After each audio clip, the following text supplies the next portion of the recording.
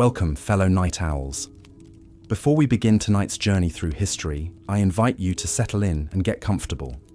Whether you're lying in bed with the lights low or listening quietly from a favorite chair, let this be your time to unwind. Take a deep breath, relax your shoulders, and let the day slowly drift away.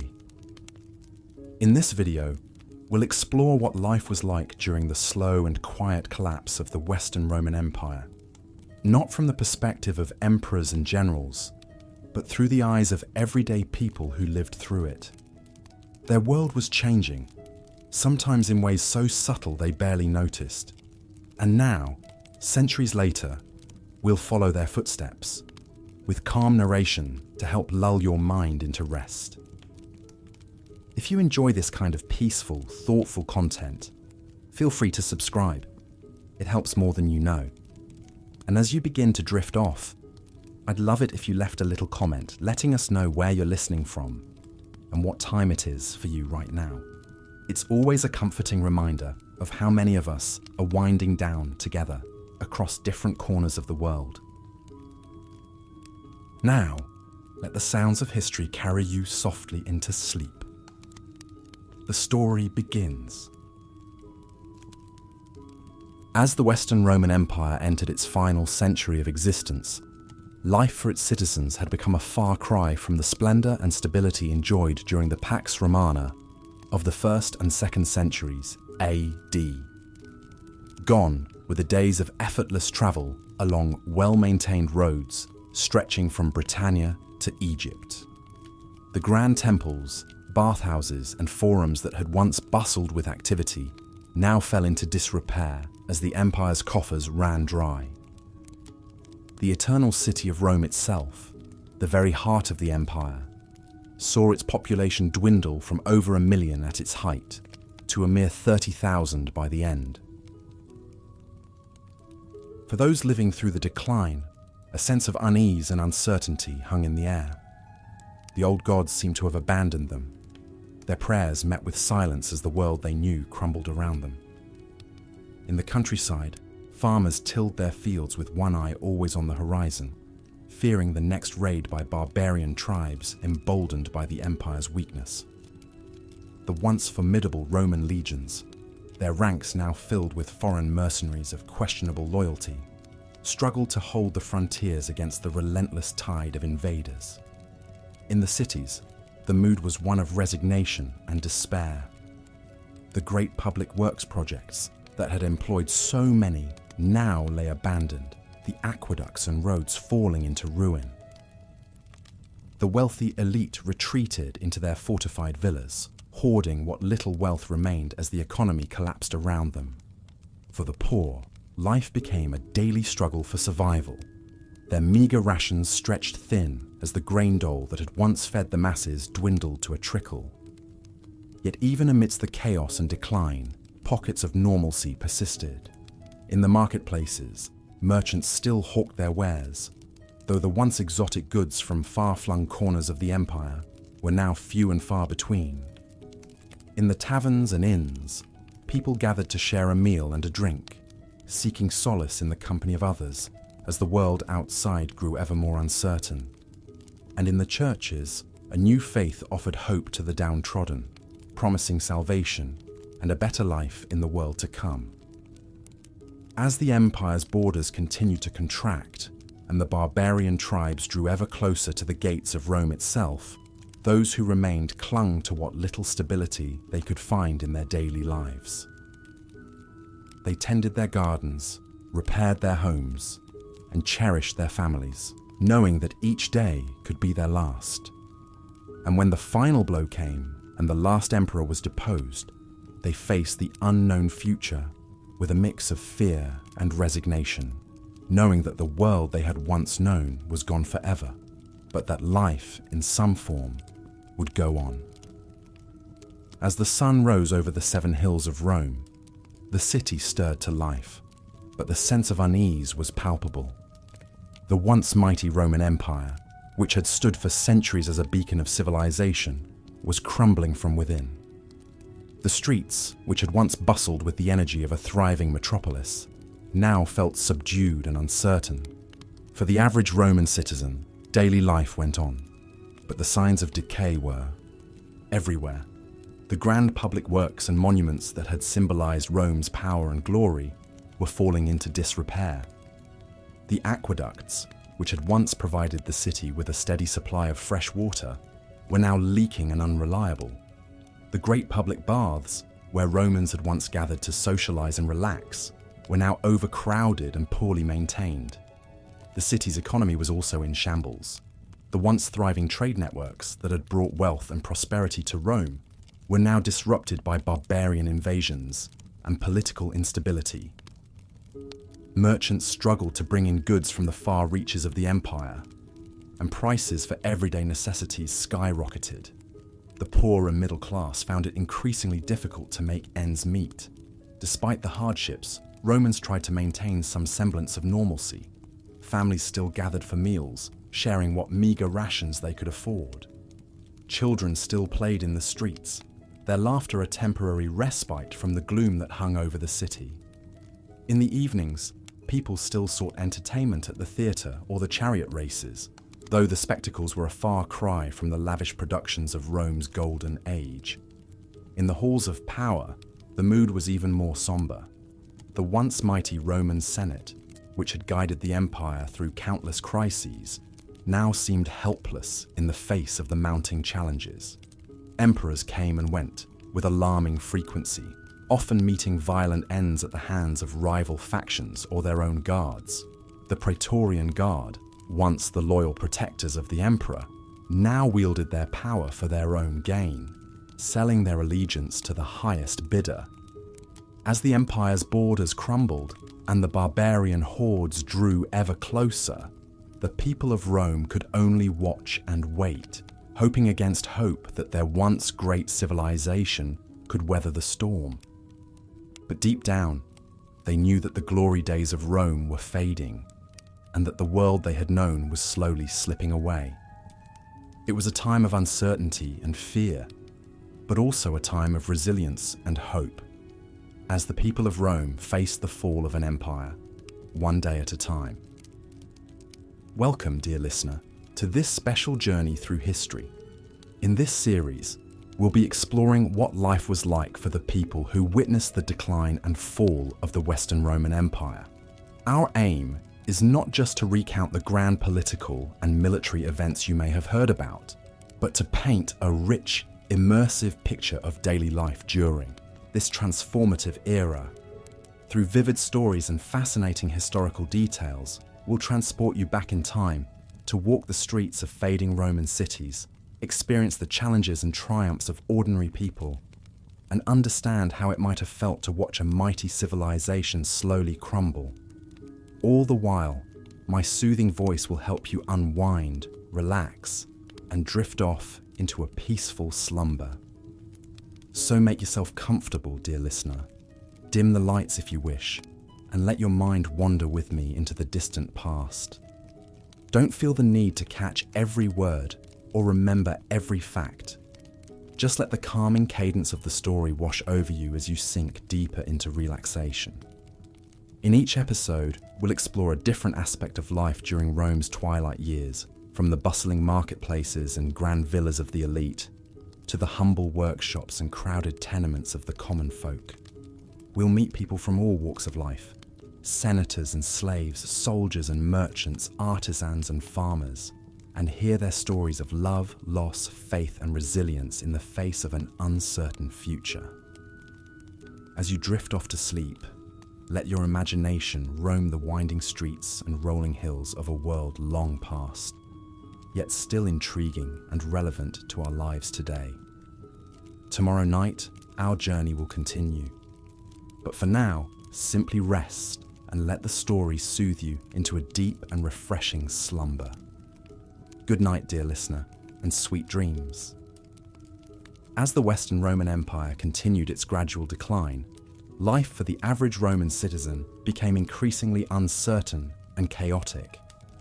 The once mighty empire that had dominated the Mediterranean world for centuries was now beset by invasions, political instability, economic turmoil, and social upheaval. It's a fascinating period of history to explore, especially when seeking a calming yet engaging topic to drift off to sleep to. The fall of Rome didn't happen overnight. It was a slow, complex process that unfolded over several centuries. The exact dates are debated by historians, but most agree that the decline began in the late 3rd century CE and culminated with the deposition of the last Western Roman emperor, Romulus Augustulus, in 476 CE. During this tumultuous era, the empire faced a myriad of challenges both from within and without. Externally, Rome was under constant pressure from various barbarian tribes, such as the Goths, Vandals, and Huns, who sought to carve out their own territories from the weakening empire. These groups launched frequent raids and invasions, chipping away at Rome's borders and sapping its resources.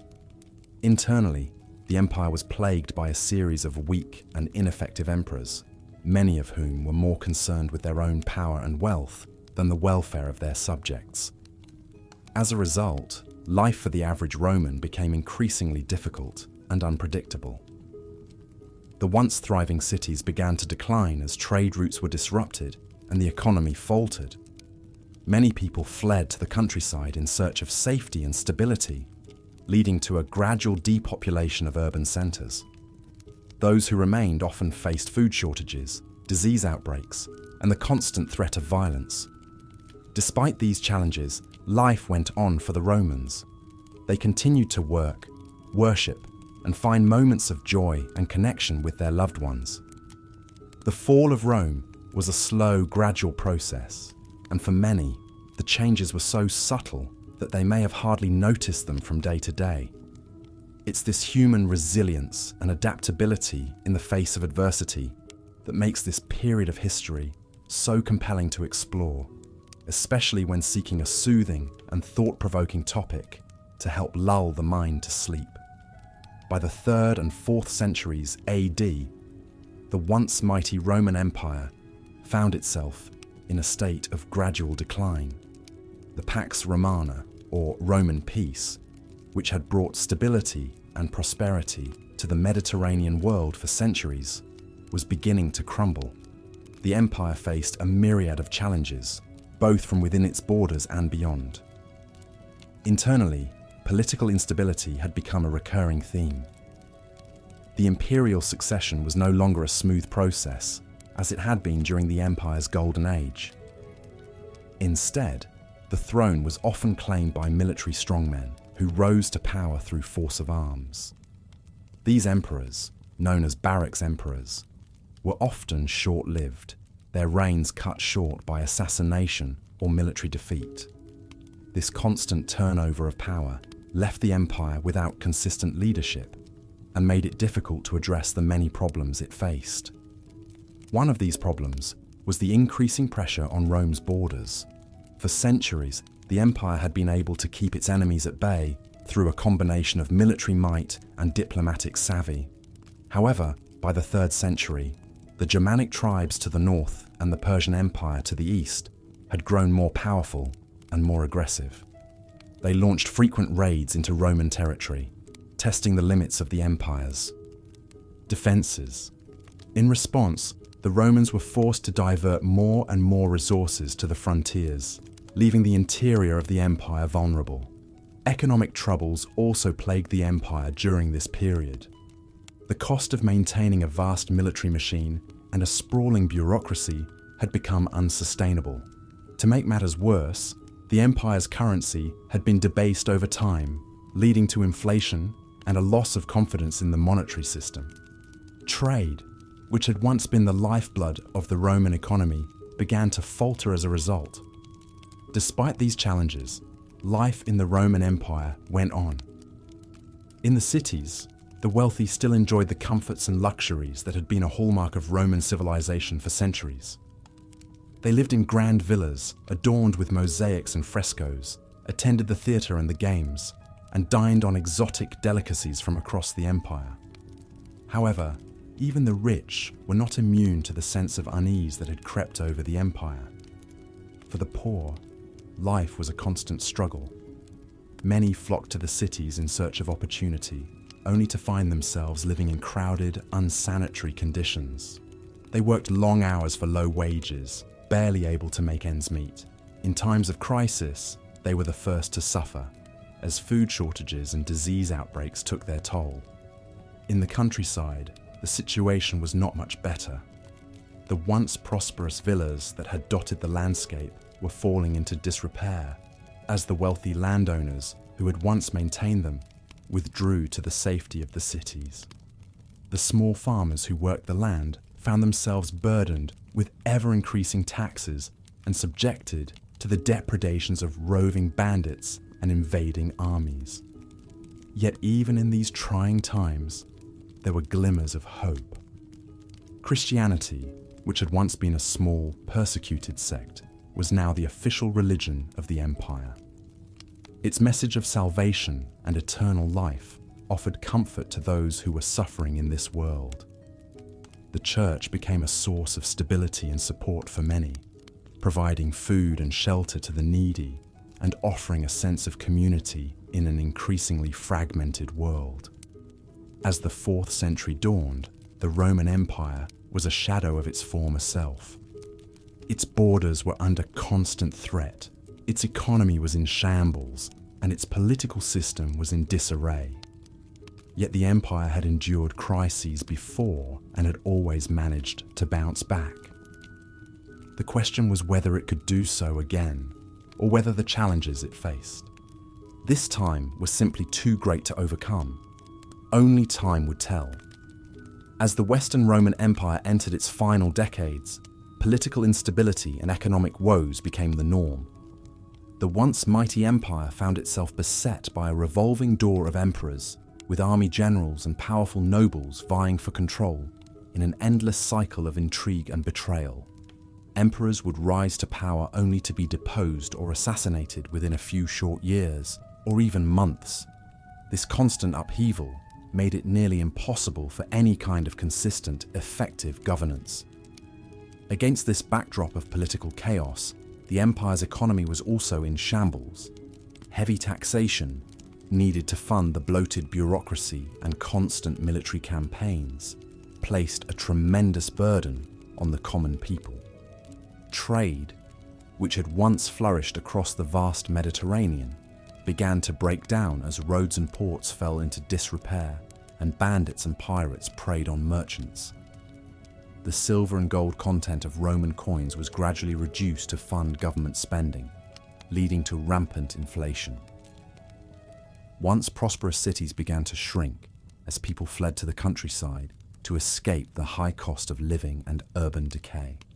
The hardships of this era fell particularly hard on the poorest Romans. While the wealthy elite could retreat to their lavish villas and insulate themselves from the worst of the troubles, common folk struggled to make ends meet. Many became destitute and relied on the charity of the church or the dwindling bread dole to survive. Some abandoned their farms and joined the swelling ranks of the unemployed in cities, hoping for any scrap of work. The economic inequality between rich and poor grew into a yawning chasm. Yet even as their world crumbled around them, Romans strove to maintain some semblance of normalcy. The games at the Colosseum, though a shadow of their former glory, still drew crowds. Senators still met and debated, even as their authority dwindled. Priests and bishops still tended their flocks, offering both spiritual guidance and worldly aid.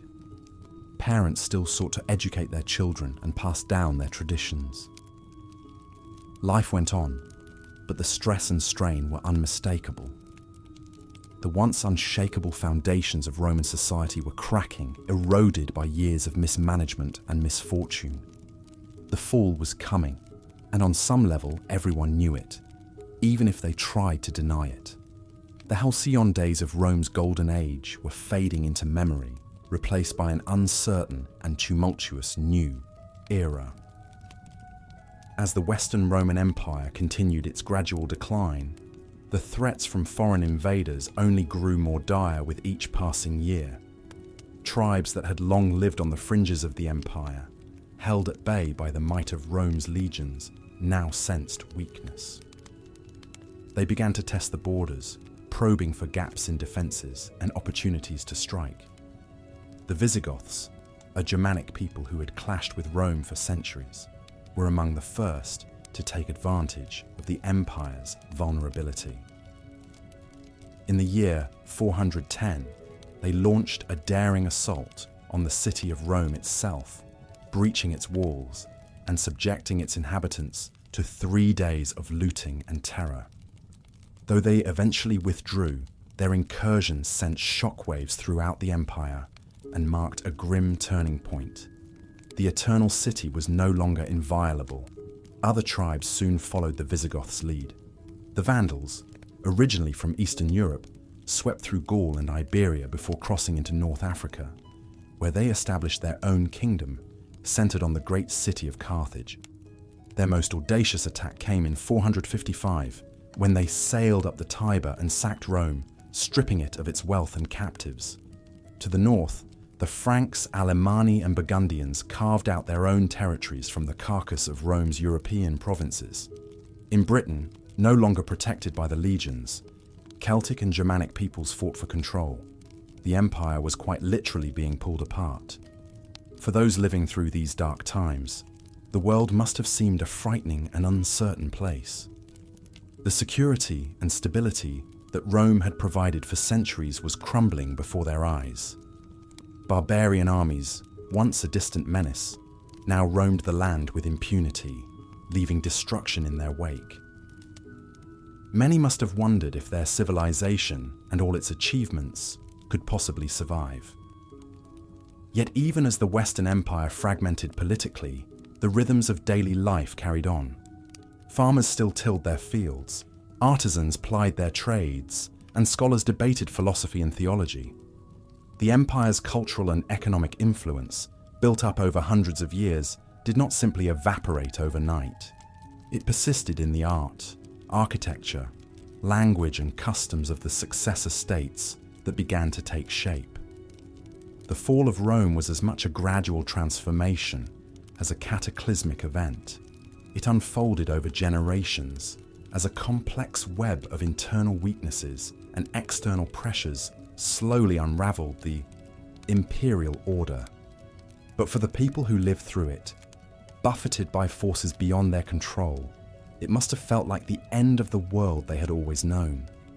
As the Western Roman Empire crumbled under the weight of internal strife and external threats, everyday life for the average Roman citizen grew increasingly uncertain and chaotic. The once mighty empire, which had brought stability, prosperity, and a sense of shared identity to millions, now seemed to be unraveling at the seams. In the bustling streets of Rome and other major cities, the signs of decline were everywhere. Public infrastructure, including roads, aqueducts, and buildings, fell into disrepair as government funding dwindled and corruption ran rampant. The famed Roman baths, once a hub of social interaction and leisure, began to close down as the cost of maintaining them became too burdensome. The grand spectacles at the Colosseum and other amphitheatres, which had long served as a means of pacifying and entertaining the masses, grew less frequent and less impressive as resources grew scarce. For the common people, daily life became a struggle for survival. The economy was in shambles, with rampant inflation and a devalued currency, making it difficult for families to afford even basic necessities. Food shortages were common, as the empire's once reliable trade networks broke down, and agricultural production declined due to a combination of factors, including climate change, soil exhaustion, and the loss of slave labor. Many Romans found themselves resorting to subsistence farming or relying on the charity of the church and wealthy patrons to make ends meet. The breakdown of law and order also had a profound impact on everyday life. As the empire's borders crumbled and central authority waned, banditry and lawlessness became widespread. Travel became increasingly perilous, with roads no longer safe for merchants and pilgrims alike. In the cities, crime and violence were on the rise, as desperate people turned to theft and other criminal activities to survive. The once vaunted Roman justice system, which had been a model of fairness and efficiency, became corrupt and ineffective, with bribery and political influence often determining the outcome of legal disputes. Despite the hardships and uncertainties of this period, life went on for the Roman people. Families still gathered around the hearth to share meals and stories. Children still played in the streets and attended school when possible. And communities still came together to celebrate festivals and mark important milestones. The rise of Christianity also provided a source of hope and comfort for many, with the church taking on an increasingly important role in providing social services and a sense of belonging in a world that seemed to be falling apart. Yet, even as they clung to these familiar rituals and institutions, Romans could not escape the sense that their world was changing in profound and irreversible ways.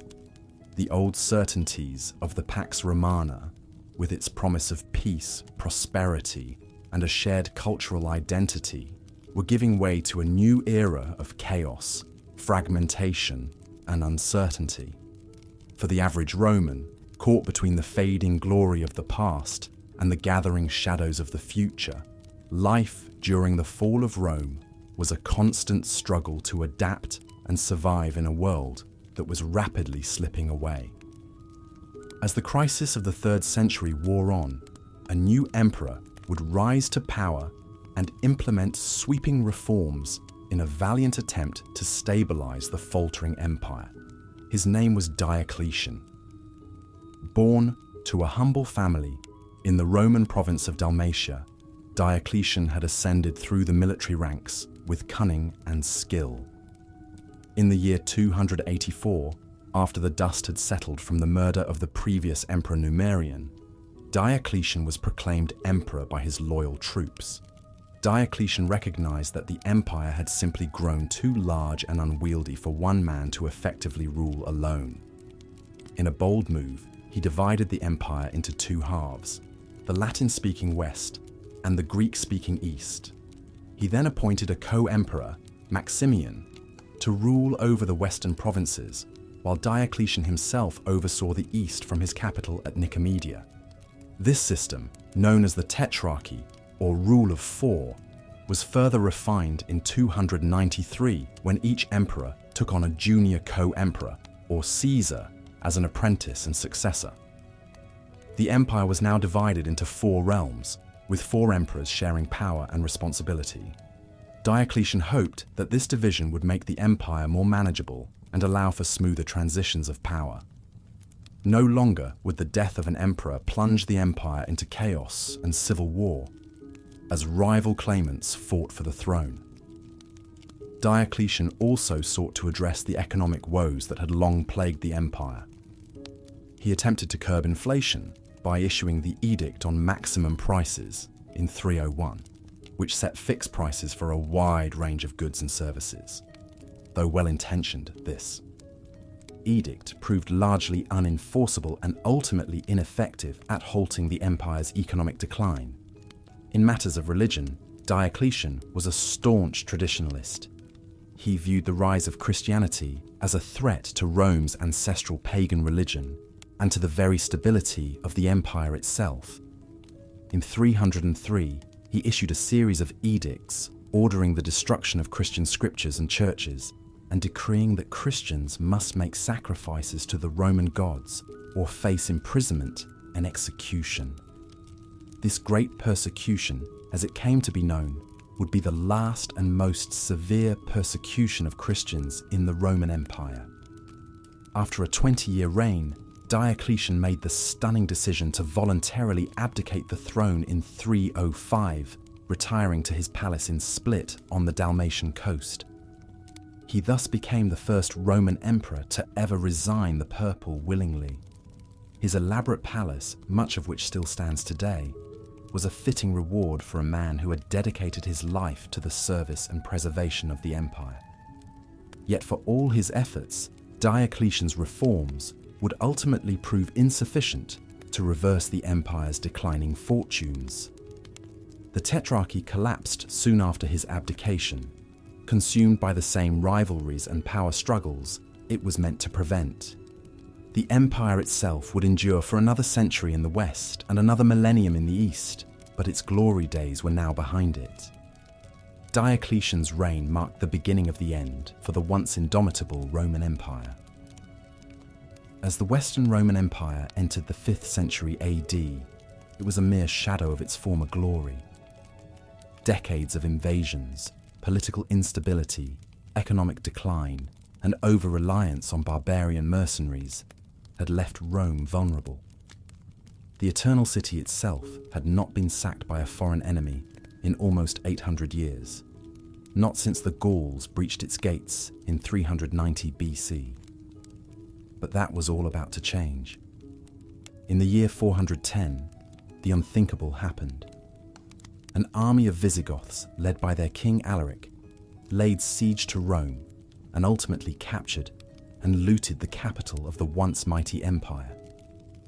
This event sent shockwaves throughout the ancient world and has been seen by many historians as a major catalyst in the fall of the Western Roman Empire. The Visigoths were a Germanic people who had long been thorns in the side of Rome. In the late 4th century, pressured by the invading Huns, they sought refuge within the empire's borders. The Romans allowed them to settle on the condition that they provide soldiers for the imperial army. However, they were often treated poorly, denied the payment and supplies they were promised.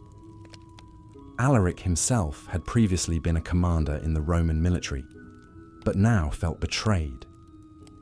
Tensions boiled over in the early 400s AD, as the Visigoths, with Alaric now as their king, went on the warpath. They rampaged through the Balkans and then set their sights on Italy itself. In 408, Alaric's forces laid siege to Rome, cutting off the food supply to the city. The Senate, with no other options, was forced to pay a hefty ransom, including £5,000 of gold, £30,000 of silver, and 4,000 silken tunics to lift the siege.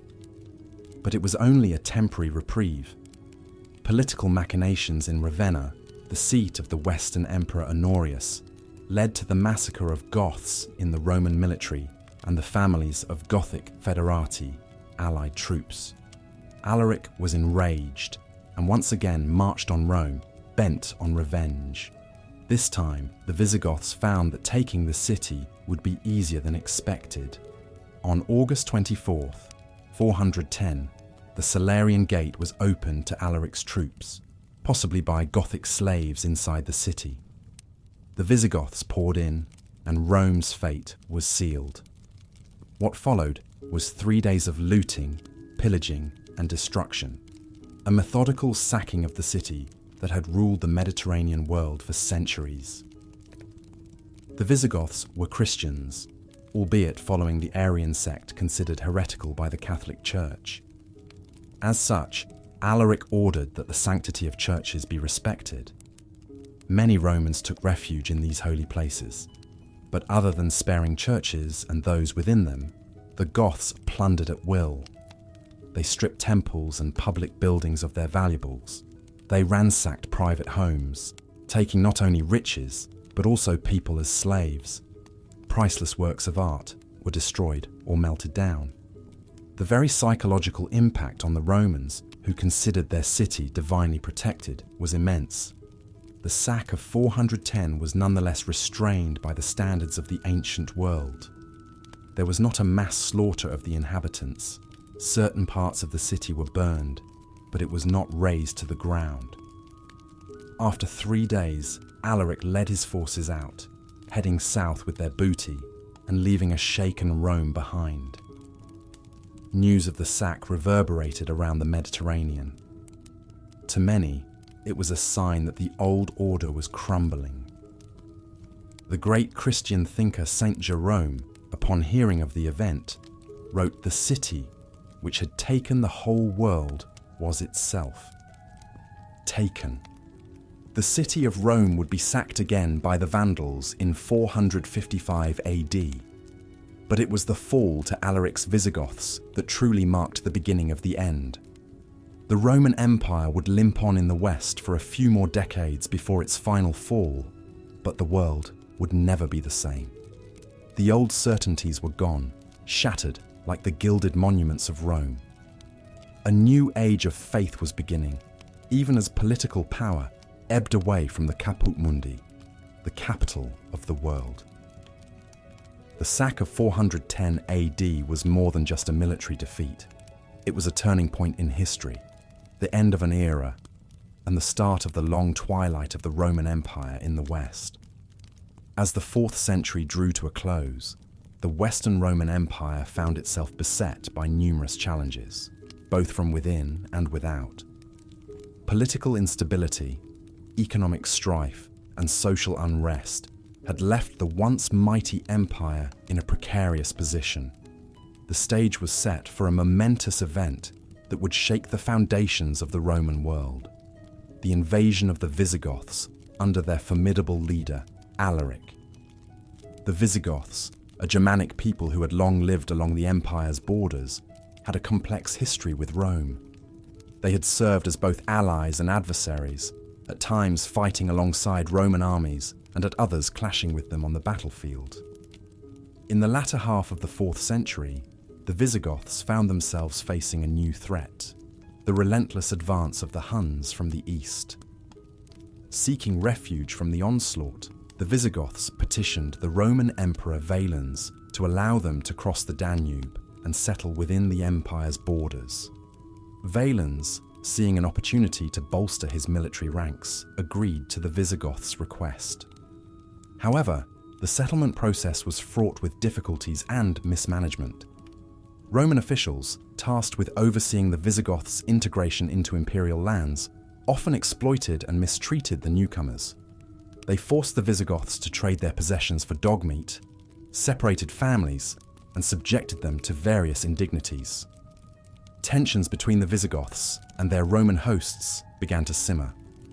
The mistreatment of the Visigoths reached a boiling point in 378 CE, when a group of Gothic warriors were invited to a feast by Roman commanders. What was meant to be a diplomatic gesture turned into a massacre as the Romans attacked and killed the unsuspecting Goths. This treacherous act, known as the Battle of Adrianople, sparked a full-scale rebellion among the Visigoths. Led by a charismatic and capable leader named Fritigern, the Visigoths rose up against their Roman oppressors and won a stunning victory against Valens's forces. The emperor himself was killed in the battle, a shocking blow to Roman prestige. In the wake of the Battle of Adrianople, the Visigoths found themselves in a position of strength. They had defeated a Roman army and killed an emperor, demonstrating their formidable military prowess. However, in the years that followed, the Visigoths faced internal struggles and leadership changes. It was during this time that a new leader emerged: Alaric. Alaric, who had once served in the Roman army, was a cunning and ambitious man. He saw in the Visigoths' recent successes an opportunity to carve out a place for his people within the Roman Empire. In 395 CE, Alaric was elected king of the Visigoths, and he immediately set about consolidating his power and planning his next moves. Under Alaric's leadership, the Visigoths began a series of campaigns that would take them deep into the heart of the Western Roman Empire. They ravaged the Balkans and Greece, leaving a trail of destruction in their wake. Alaric's ultimate goal, however, was the city of Rome itself. He saw the conquest of the Eternal City as the key to securing a permanent home for his people and achieving lasting glory. As the 5th century dawned, the stage was set for a confrontation between Alaric's Visigoths and the forces of the Western Roman Empire. The events that would unfold in the coming years would forever change the course of European history and hasten the fall of one of the greatest empires the world had ever known. As the Visigoths breached the city walls and poured into Rome, the once mighty capital descended into utter chaos and destruction. The streets erupted into a cacophony of clashing swords, galloping hooves, and the desperate screams of fleeing citizens. Flames licked at the grand marble buildings, casting an eerie orange glow against the smoke-filled sky. The scent of burning wood mingled with the metallic tang of spilled blood, creating a suffocating atmosphere of terror and despair. Barbarian warriors, clad in crude armor and wielding fierce weapons, rampaged through the city with wild abandon. They smashed through the ornate doors of patrician villas, plundering the riches within and setting fire to what remained. Priceless works of art, painstakingly crafted over generations, were carelessly shattered or tossed onto the growing pyres. The once proud statues of gods and emperors lay toppled in the streets, their stone faces bearing witness to the unfolding devastation. Panicked residents ran through the narrow alleyways, desperately seeking shelter from the relentless onslaught. Some huddled in the shadows of crumbling temples, praying for divine intervention that would never come. Others made a frantic dash for the city gates, hoping to escape the carnage, only to be cut down by the merciless blades of the invaders. The air was filled with the wails of the wounded and the dying, a haunting chorus that echoed through the once vibrant streets. As the night wore on, the great city of Rome, the heart of an empire that had endured for centuries, was reduced to a smouldering ruin. The majestic forum, where great orators had once held sway, now lay in shambles, its columns blackened by soot and its stones slick with blood. The grand villas and temples, once symbols of Rome's power and prosperity, were now nothing more than hollow shells, their former glory consumed by the flames of destruction. In the midst of this apocalyptic scene, the Visigoths revelled in their victory, their savage laughter ringing out amidst the crackling of the fires. They had brought the mighty Roman Empire to its knees, and now the spoils of war were theirs for the taking. The survivors of the onslaught could only watch in numb disbelief as their world crumbled around them. The once unassailable bastion of civilization reduced to a nightmare of smoke, blood, and ruin. As the Western Roman Empire crumbled, its citizens faced a profound shift in their way of life. The once thriving cities that had been the heart of Roman civilization began to decay. Aqueducts fell into disrepair, leaving people without a reliable source of clean water. Roads that had connected the vast empire deteriorated, making travel and trade increasingly difficult.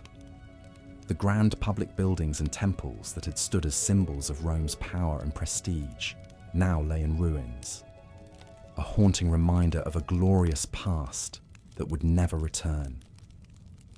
For the average Roman citizen, daily life became a struggle for survival. With the collapse of the economy and the breakdown of social order, many were left without work or a stable source of income. Some turned to farming in a desperate attempt to feed their families, while others resorted to begging or thievery. The once vibrant markets and shops that had filled the cities grew quiet, their shelves bare and their owners long gone. As the empire fragmented, so too did the sense of unity and purpose that had once bound its people together. Romans who had taken great pride in their citizenship and their place in the world now found themselves adrift, uncertain of their identity and their future. Some clung to the old ways, hoping against hope that the empire might somehow be restored to its former glory. Others embraced the new reality, seeking to forge a new path in a world that had been forever changed. The psychological impact of Rome's fall was profound and far-reaching. For generations, Romans had believed that their empire was eternal, that it would endure for all time. To see it crumble before their eyes was a shock from which many never fully recovered. Some fell into despair, unable to imagine a world without the certainty and stability that Rome had once provided. Others turned to religion, seeking solace and meaning in the face of an uncertain future. Yet even in the midst of this darkness, there were glimmers of hope. The Roman people had always been resilient, and they would need every ounce of that resilience in the years to come. As the old world died away, a new one was being born. A world in which the legacy of Rome would live on, even as the empire itself faded into memory. It would be a long and difficult journey, but the Roman people would endure, as they always had, and in time, they would find their way forward into a new and uncharted future. As the Visigoths breached the city walls, panic swept through the streets of Rome like a raging wildfire. Amid the chaos, a noble Roman family huddled together in their lavish domus, the sounds of destruction growing ever closer. Quintus, the family patriarch, had seen the warning signs for years: the weakening of the legions, the crumbling economy, the corrupt politicians, but even he couldn't have predicted the sheer brutality of the sack. His wife, Claudia, clutched their 2 young children close to her chest, whispering prayers to the gods for protection. The family's loyal slaves bustled about, hastily packing valuables and provisions, unsure of what fate awaited them all. Quintus had always prided himself on his lineage, tracing his ancestors back to the days of the Republic. But now, as the screams of his fellow Romans echoed through the streets, he realized that blood meant little in the face of such unrelenting barbarism. As the Visigoths drew nearer, Quintus made a decision. He ordered his family and slaves to gather only what they could carry and to flee the city under the cover of darkness. It pained him to abandon the home that had been in his family for generations, the beautifully frescoed walls and the meticulously tended gardens, but he knew that their lives were far more precious than any material possessions. The family slipped out into the night, their hearts heavy with the weight of uncertainty. They joined the throngs of other Romans desperately seeking escape, the once proud citizens reduced to mere refugees in their own homeland. Quintus couldn't help but think of the mighty emperors of old, the ones who had expanded Rome's reach to the far corners of the known world. What would they think, he wondered, if they could see their beloved city now, brought to its knees by the very barbarians it had once conquered? As they made their way through the winding streets, the family witnessed scenes of unspeakable horror. The Visigoths showed no mercy, slaughtering men, women, and children alike, their swords and axes glinting in the flickering light of the burning buildings. Quintus shielded his children's eyes, trying to spare them from the worst of the carnage. But he knew that the memories of this night would haunt them all for years to come. Finally, after what felt like an eternity, the family reached the city gates. They joined the mass exodus of Romans fleeing into the countryside, their once proud city now little more than a smouldering ruin behind them. As they walked, Quintus couldn't shake the feeling that this was the end of an era, that the Rome he had known and loved was gone forever. He glanced back one last time, his eyes filled with tears, before turning his face towards an uncertain future, one in which the mighty Roman Empire was no longer the master of the known world. As the Western Roman Empire entered its twilight years following the sack of Rome in 410 AD, life continued on for its citizens, though marked by a pervasive sense of uncertainty and change. The eternal city, once the vibrant heart of a vast empire, now lay battered and bruised, a shadow of its former glory. Yet, amidst the rubble and the chaos, the resilient spirit of the Roman people endured. In the aftermath of Alaric's conquest, many Romans found themselves grappling with a profound sense of loss and disillusionment. The unthinkable had happened. The great city of Rome, the Caput Mundi, or head of the world, had fallen to barbarian invaders. This shattered the long-held belief in the invincibility and permanence of the Roman Empire. As news of the sack spread across the provinces, it sent shockwaves through the populace, eroding confidence in the once mighty imperial government. Despite the psychological blow, daily life in the Western Empire trudged forward. Farmers tended to their fields, artisans plied their trades, and merchants continued to ply the Mediterranean trade routes, albeit with a wary eye on the horizon. The rhythms of life, the cycles of planting and harvest, the exchanges in marketplaces and forums, remained the backbone of society, even as the political landscape shifted beneath their feet. However, the sack of Rome had accelerated the ongoing process of decentralization and localization in the Western Empire. With the central government weakened and imperial authority diminished, power increasingly devolved to regional leaders and local magnates. In the provinces, a patchwork of Roman governors, military commanders, and barbarian chieftains vied for control, carving out their own spheres of influence. This fragmentation made life more unpredictable and subject to the whims of local power struggles. For the average Roman citizen, this decentralization meant a greater reliance on local communities and social networks. In an age of instability, family ties, patronage relationships, and religious affiliations took on heightened importance. The bonds of kinship and the support of one's community provided a measure of security and continuity in the face of an uncertain future. The sack of Rome also had profound religious and philosophical implications. To many Romans, the fall of the city seemed to challenge the very foundations of their worldview. Pagans and Christians alike grappled with the meaning of Rome's humiliation. Some saw it as divine punishment for the empire's sins, while others interpreted it as a sign of the coming apocalypse. The sack fueled a sense of existential crisis and a search for spiritual solace in an increasingly chaotic world. Amidst this turmoil, the rise of Christianity continued apace.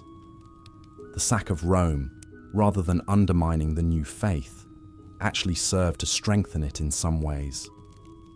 Many Romans found comfort and hope in the Christian message of salvation and eternal life. The Church, with its extensive network of bishops, priests, and monasteries, provided a source of stability and social services in a time of upheaval. Christianity offered a unifying force that transcended political boundaries and ethnic divisions. Yet, even as the Church grew in influence, the old ways persisted. Pagan traditions, festivals, and beliefs remained deeply entrenched in the fabric of daily life. Many Romans, especially in the countryside, continued to honor the old gods alongside the new Christian deity. This religious syncretism reflected the complex and evolving spiritual landscape of the late Western Empire. As the 5th century unfolded, the Western Empire continued its gradual unraveling. The imperial government, beset by internal strife, economic woes, and external threats, struggled to maintain control over its vast territories. Barbarian kingdoms, such as those of the Visigoths, Vandals, and Franks, carved out their own domains within the crumbling edifice of the empire. The line between Roman and barbarian became increasingly blurred as these groups intermingled and intermarried. Through it all, the Roman people adapted and persevered. They clung to their ancient traditions even as they embraced new realities. They found solace in faith, family, and community in an age of uncertainty. The fall of Rome was not a single cataclysmic event, but a gradual process of transformation and resilience in the face of adversity. Life went on, even as the once mighty empire faded into the mists of history. As the Western Roman Empire crumbled into ruin, the surviving Romans did their best to pick up the pieces and rebuild their once great civilization. It was a daunting task, to be sure.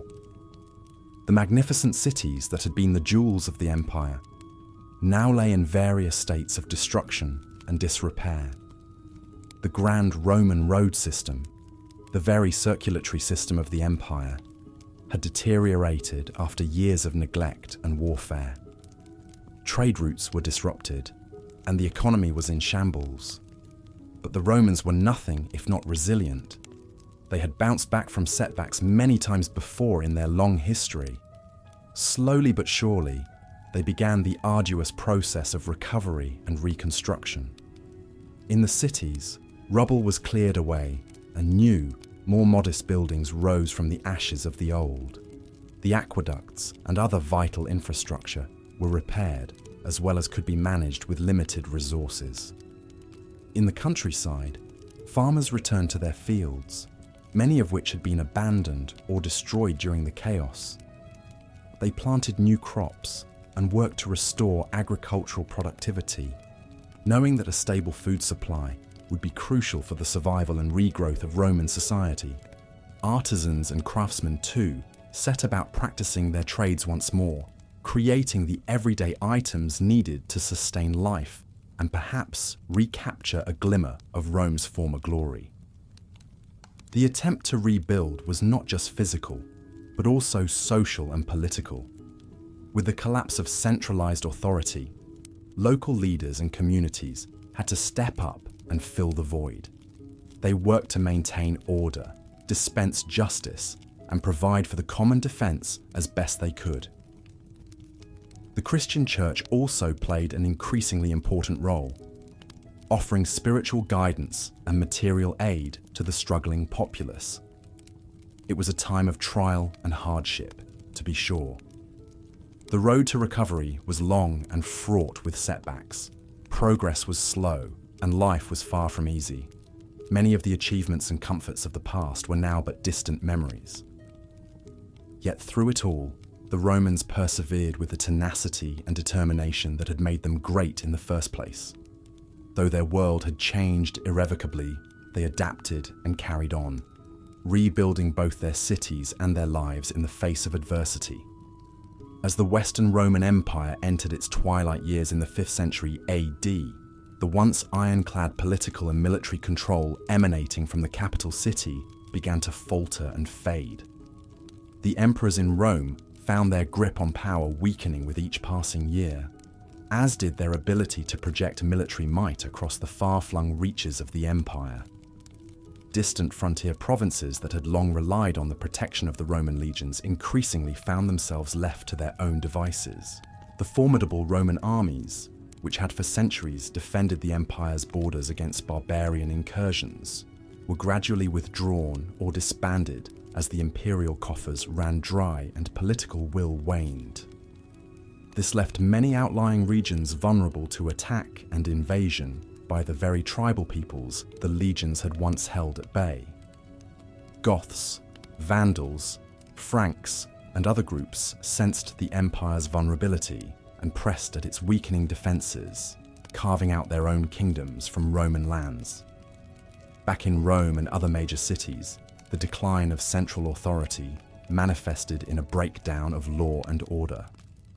The once omnipresent Roman bureaucracy, which had efficiently administered the empire at its height, grew increasingly dysfunctional and corrupt. Basic services faltered, infrastructure crumbled, and the old Roman aristocracy fell into infighting as each vied for wealth and influence. Amid the chaos, for the average Roman citizen, this erosion of political stability and military protection from the capital meant a future that seemed ever more uncertain. The Pax Romana that had ensured centuries of relative peace and prosperity was quickly becoming a fading memory.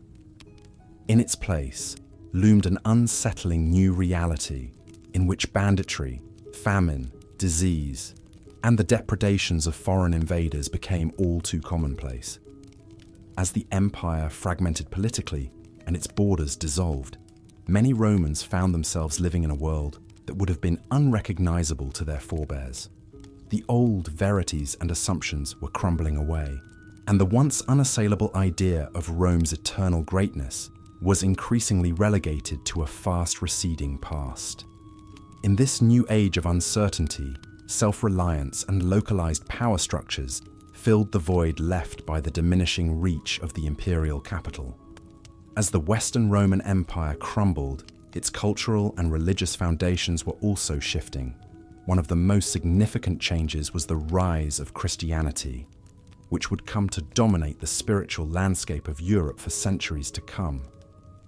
Christianity had begun as a small persecuted sect in the early days of the Roman Empire, but by the 4th century, it had grown to become the official religion of the state.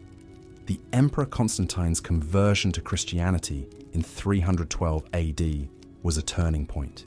He legalized the religion and even sponsored the construction of grand churches like the original saint, Peter's Basilica in Rome. As Christianity spread, it began to replace the traditional Roman pantheon of gods. The old temples fell into disuse or were converted into churches. Pagan festivals were supplanted by Christian holy days. Even the Roman aristocracy, once staunch defenders of the old ways, began to embrace the new faith. But this religious transformation was not without conflict. The rise of powerful bishops and competing doctrinal views led to heated theological debates and even occasional violence. Heretical sects like the Arians and the Donatists challenged orthodox beliefs and vied for supremacy.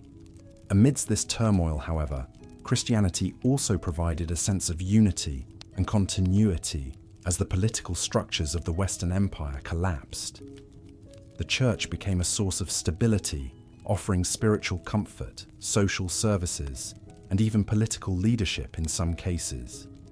Monks and nuns, living in isolated monasteries, preserved classical learning, and kept the flame of literacy alive during the coming Dark Ages. The cultural impact of Christianity extended beyond the religious sphere. Christian values and themes began to permeate art, literature, and music. The Church commissioned grand works of architecture and sponsored the production of illuminated manuscripts.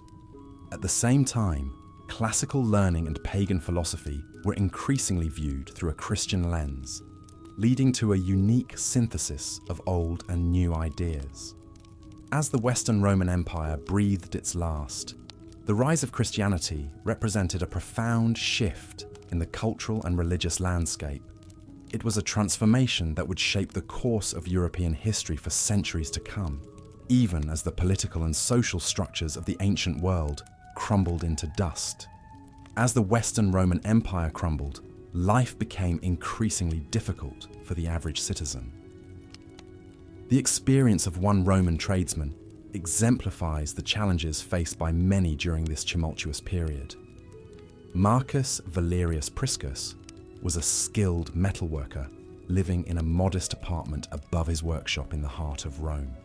For years, he had made a decent living crafting intricate bronze and silver goods for wealthy patrons.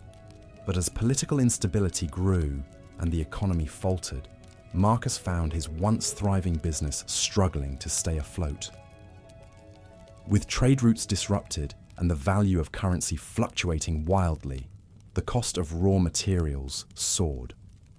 Marcus was forced to raise his prices, but few could afford his wares. The aristocrats who had once been his best customers were now more concerned with funding their private armies or fleeing to their country estates than purchasing decorative metalwork. Marcus's savings dwindled as he dipped into them to cover his expenses and care for his family. As if the financial strain wasn't enough, daily life in Rome had become increasingly perilous. With the city's infrastructure crumbling and the government unable to maintain order, crime ran rampant. Marcus had to be constantly on guard against thieves and looters who targeted the dwindling number of businesses like his that still had valuable goods. He took to sleeping in his workshop with a sword by his side, ever vigilant. Despite the hardships, Marcus persevered. He adapted his craft, focusing on practical items like kitchen utensils and tools that people still needed, even in hard times. He bartered his skills for food and other essentials when coin was scarce. And he found solace in the support of his fellow tradesmen who banded together to protect one another and share resources. Marcus's story was not unique. Across the Western Empire, artisans, merchants, and laborers faced similar challenges as the world they knew crumbled around them. They endured not only economic hardship, but also the psychological toll of watching their once great civilization slowly decay. Yet, in the face of adversity, many like Marcus found the resilience to carry on. Their determination a testament to the indomitable human spirit that would help society eventually rebuild from the ashes of Rome. As the Western Roman Empire entered its final century, the disintegration of Roman authority became increasingly apparent. The once mighty empire, which had held sway over much of Europe, North Africa, and the Middle East, found itself beset by a myriad of challenges that chipped away at its power and prestige. One of the most significant factors in this decline was the growing weakness of the central government in Rome.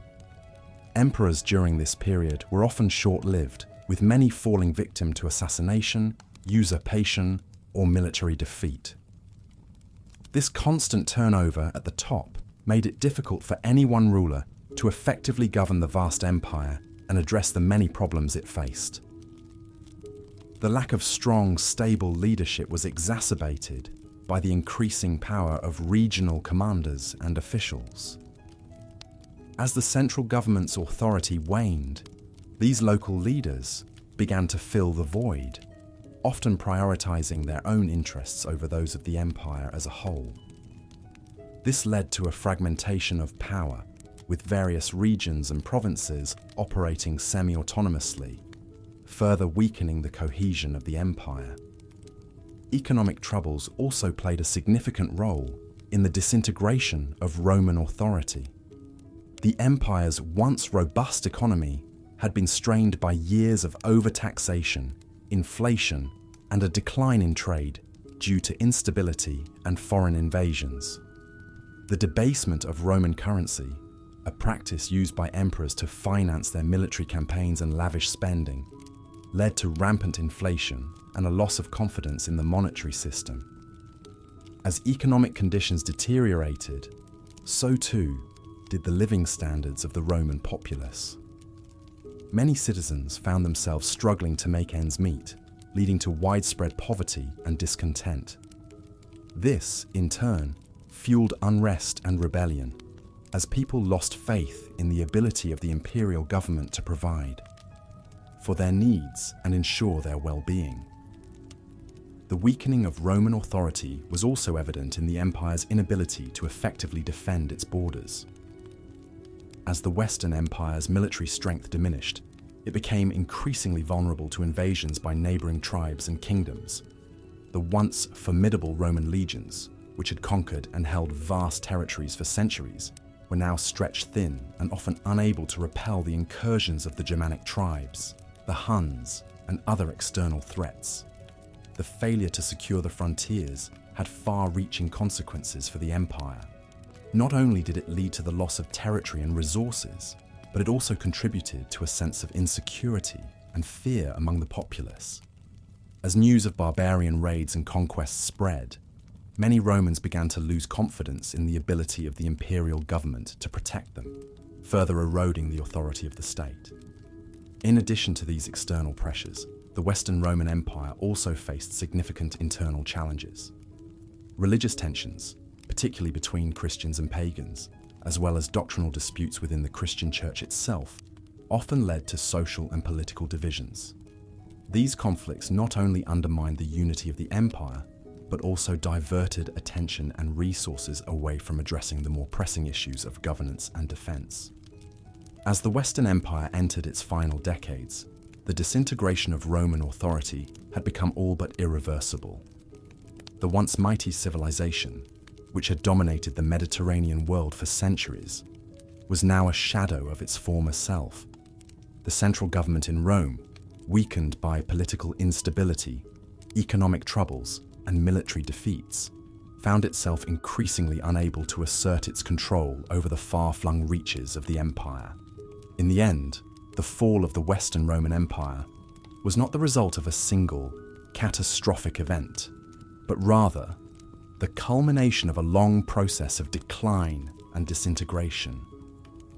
The gradual erosion of Roman authority, driven by a complex interplay of political, economic, military, and social factors, had left the once great empire vulnerable to the forces that would ultimately bring about its demise.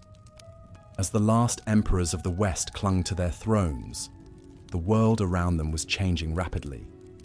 The old order, which had seemed so secure and enduring for centuries, was crumbling, giving way to a new era of uncertainty and transformation for the people living. Through these tumultuous times, the disintegration of Roman authority was not just a political or military reality, but a profound and deeply felt experience that would shape the course of their lives and the future of the Western world. As the Western Roman Empire continued its inexorable decline, the once mighty civilization lost more and more of its territory to encroaching barbarian kingdoms. Lands that had been under Roman control for centuries fell like dominoes, piece by piece, into the hands of various Germanic tribes. The Visigoths, who had famously sacked Rome itself in 410 AD, came to control much of Hispania, the Roman province that would later become Spain and Portugal. Under their king Euric, who ruled from 466 to 484, the Visigoths expanded their holdings into Gaul, seizing most of the region of Aquitaine in the southwest of modern France. To the north, the Franks, who would eventually establish the powerful Merovingian dynasty, conquered the Roman province of Gaul. Led by their legendary king Clovis I in the late 5th century, the Franks defeated the last Roman armies in Gaul and united the territory under their rule. This marked the beginning of what would evolve into the Kingdom of France.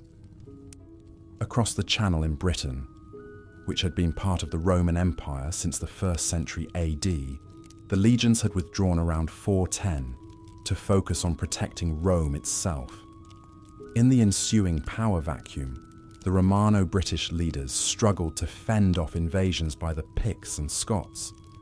According to legend, they invited the Germanic Angles and Saxons as mercenaries to help defend the island, but these tribes soon established their own kingdoms. Thus began the gradual transformation of Britannia into England, named after the Angles. In North Africa, the Vandals seized control from the Romans in the early 5th century. They established a powerful kingdom centered on the city of Carthage, once Rome's great rival, and even invaded Italy, sacking Rome in 455 AD. As these and other barbarian kingdoms chipped away at the Western Empire, the Roman borders that had held strong for so long crumbled. The empire lost its most productive lands, the breadbaskets of North Africa, the rich fields of Gaul, the mineral wealth of Hispania and Britannia. Cut off from these vital resources, the city of Rome itself began to wither. Its population, which had peaked at over 1 million during the height of the empire, dwindled to a mere few tens of thousands for the average Roman. Citizen living through these tumultuous times, the world must have seemed to be turning upside down. The once unassailable empire, which had brought peace, prosperity, and stability for centuries, was unraveling before their eyes. The future was uncertain, as the glory of Rome faded into memory, and the known world fragmented into a patchwork of barbarian kingdoms. It was truly the end of an era, and the beginning of a new uncharted chapter in the history of Western civilization. As the Western Roman Empire entered its twilight years in the early 5th century AD, its once formidable military, the backbone of Roman power and prestige for centuries, found itself in a precarious state.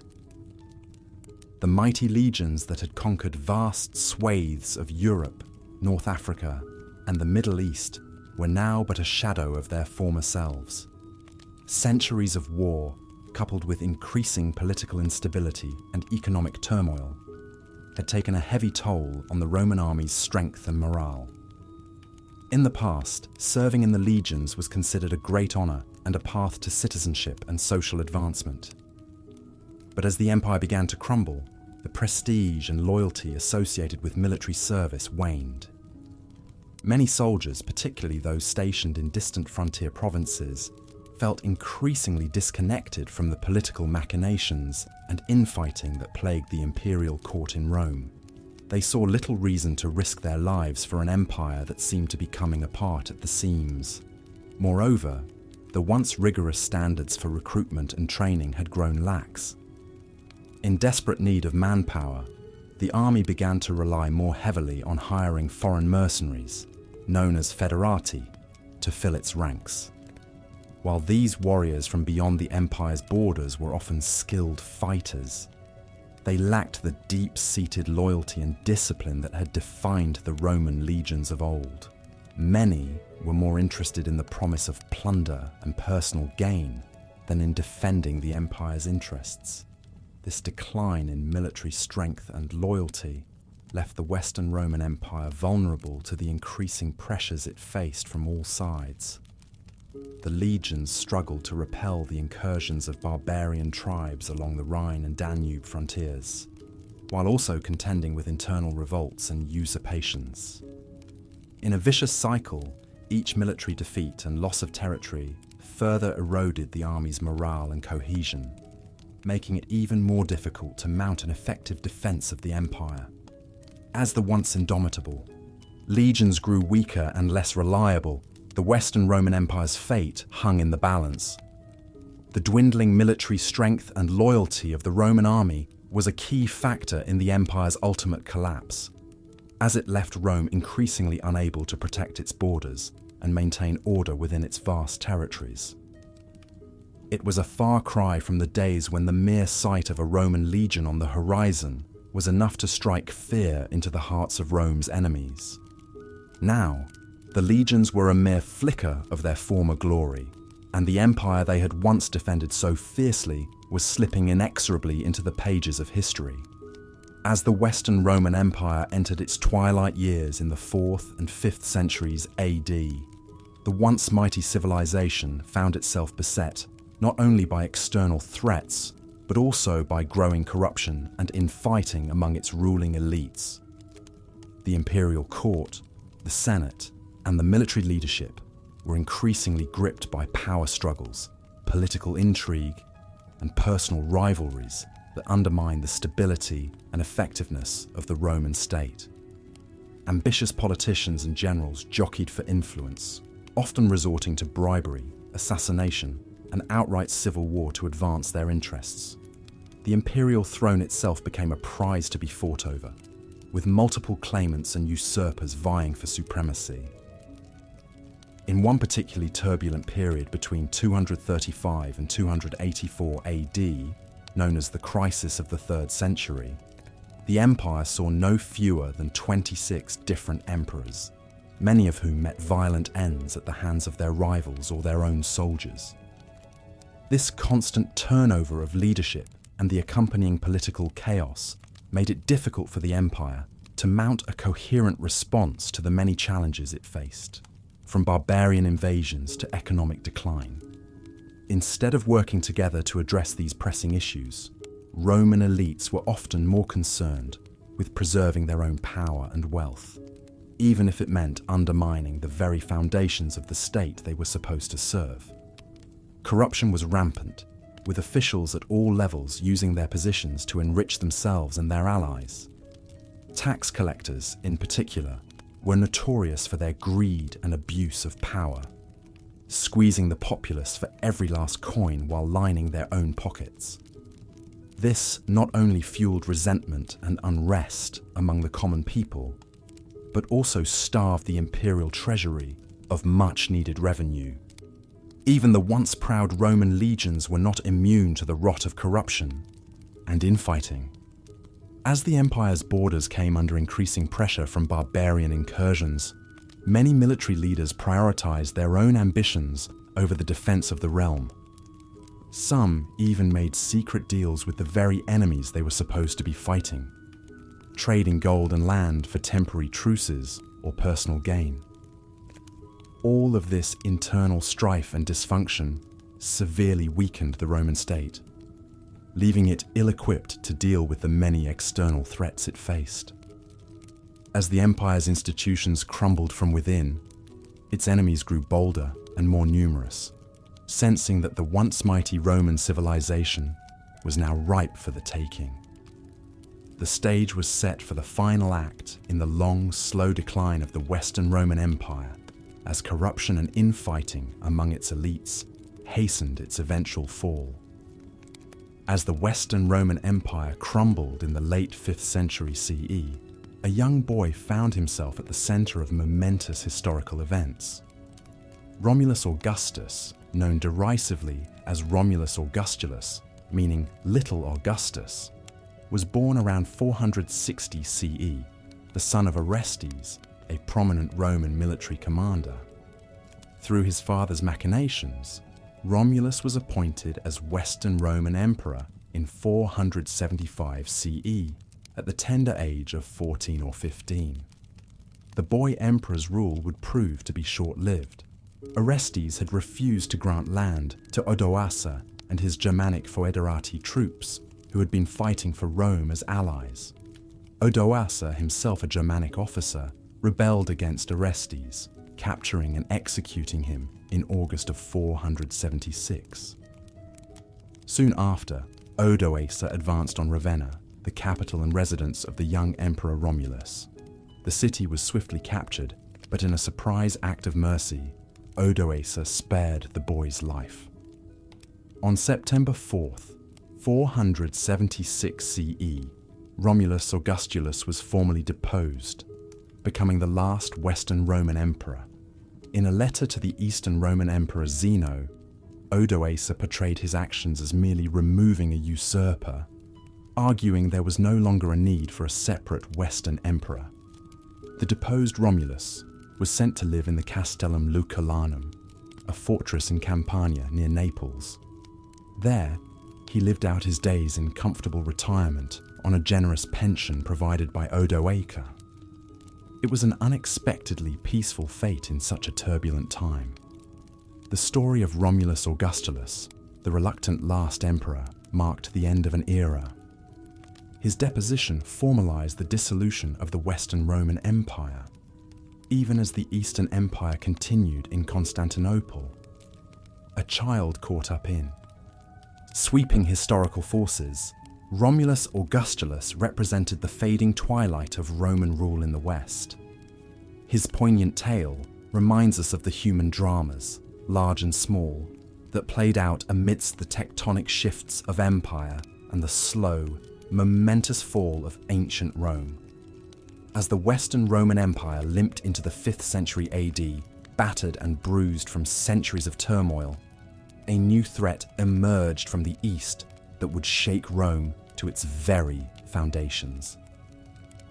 Attila the Hun, a name that would become synonymous with brutality and conquest, burst onto the scene with his nomadic warriors, leaving a trail of destruction across Europe that the weakened Roman defences struggled to withstand. Attila united the disparate Hunnic tribes under his banner in the early 430 AD, forging them into a formidable fighting force. From their seats of power on the Great Hungarian Plain, they launched devastating raids and invasions into the Balkans and Central Europe. The Eastern Roman Empire, ruled from Constantinople, frantically paid tribute to the Huns to keep them at bay. But like a pack of hungry wolves, the Huns always returned, demanding more. The Hunnic armies were the ultimate light cavalry, skilled bowmen who could shoot arrows with deadly accuracy from horseback. Their short composite bows outranged the Roman weapons, allowing the Huns to strike and retreat before the legionaries could mount an effective defence. Hunnic riders could cover vast distances quickly, appearing like ghosts on the horizon to pillage towns and farmlands before vanishing again, leaving smouldering ruins in their wake. In 451 AD, Attila turned his gaze to the Western Roman Empire, invading Gaul with a massive army said to number in the hundreds of thousands. The Romans, led by the capable general Flavius Aetius, cobbled together a defence alongside their former enemies, the Visigoths. At the Battle of the Catalonian Plains, Romans and Goths fought side by side against Attila's horde in a brutal melee. Though tactically inconclusive, the battle blunted Attila's momentum and prevented the complete collapse of Roman Gaul. Undeterred, Attila invaded Italy the following year, sacking and razing cities like Aquileia. The road to Rome itself lay open. According to legend, Pope Leo I met with Attila and convinced him to spare the city. The more likely reason was an outbreak of disease and famine within Attila's army, forcing him to withdraw. The Hunnic king died shortly after in 453 AD, and his empire swiftly crumbled, without his iron grip to hold it together. But Attila was merely the most famous of Rome's 5th century nemeses. Vandals, Alans, Goths, and other peoples continued to chip away at the Western Empire's borders, carving out their own kingdoms within lands that had been Roman for centuries. The Great Rhine frontier, once the pinnacle of Roman military engineering, collapsed as Germanic warriors flooded across the river, setting up autonomous fiefdoms with or without imperial approval. To the average Roman citizen, it must have felt like the world was ending. The Eternal City, the Caput Mundi, was no longer the master of its own destiny. Emperors came and went, little more than puppets dancing to the tune of barbarian strongmen. In 410 AD, the unthinkable happened. The Visigoths, led by Alaric, sacked Rome itself. Though more of a symbolic blow than a mortal one, the sack shattered the veneer of Rome's invincibility. If the great city on the Tiber could fall, what hope was there for the rest of the empire? As the 5th century wore on, the barbarians tightened their stranglehold on the Western Empire's throat.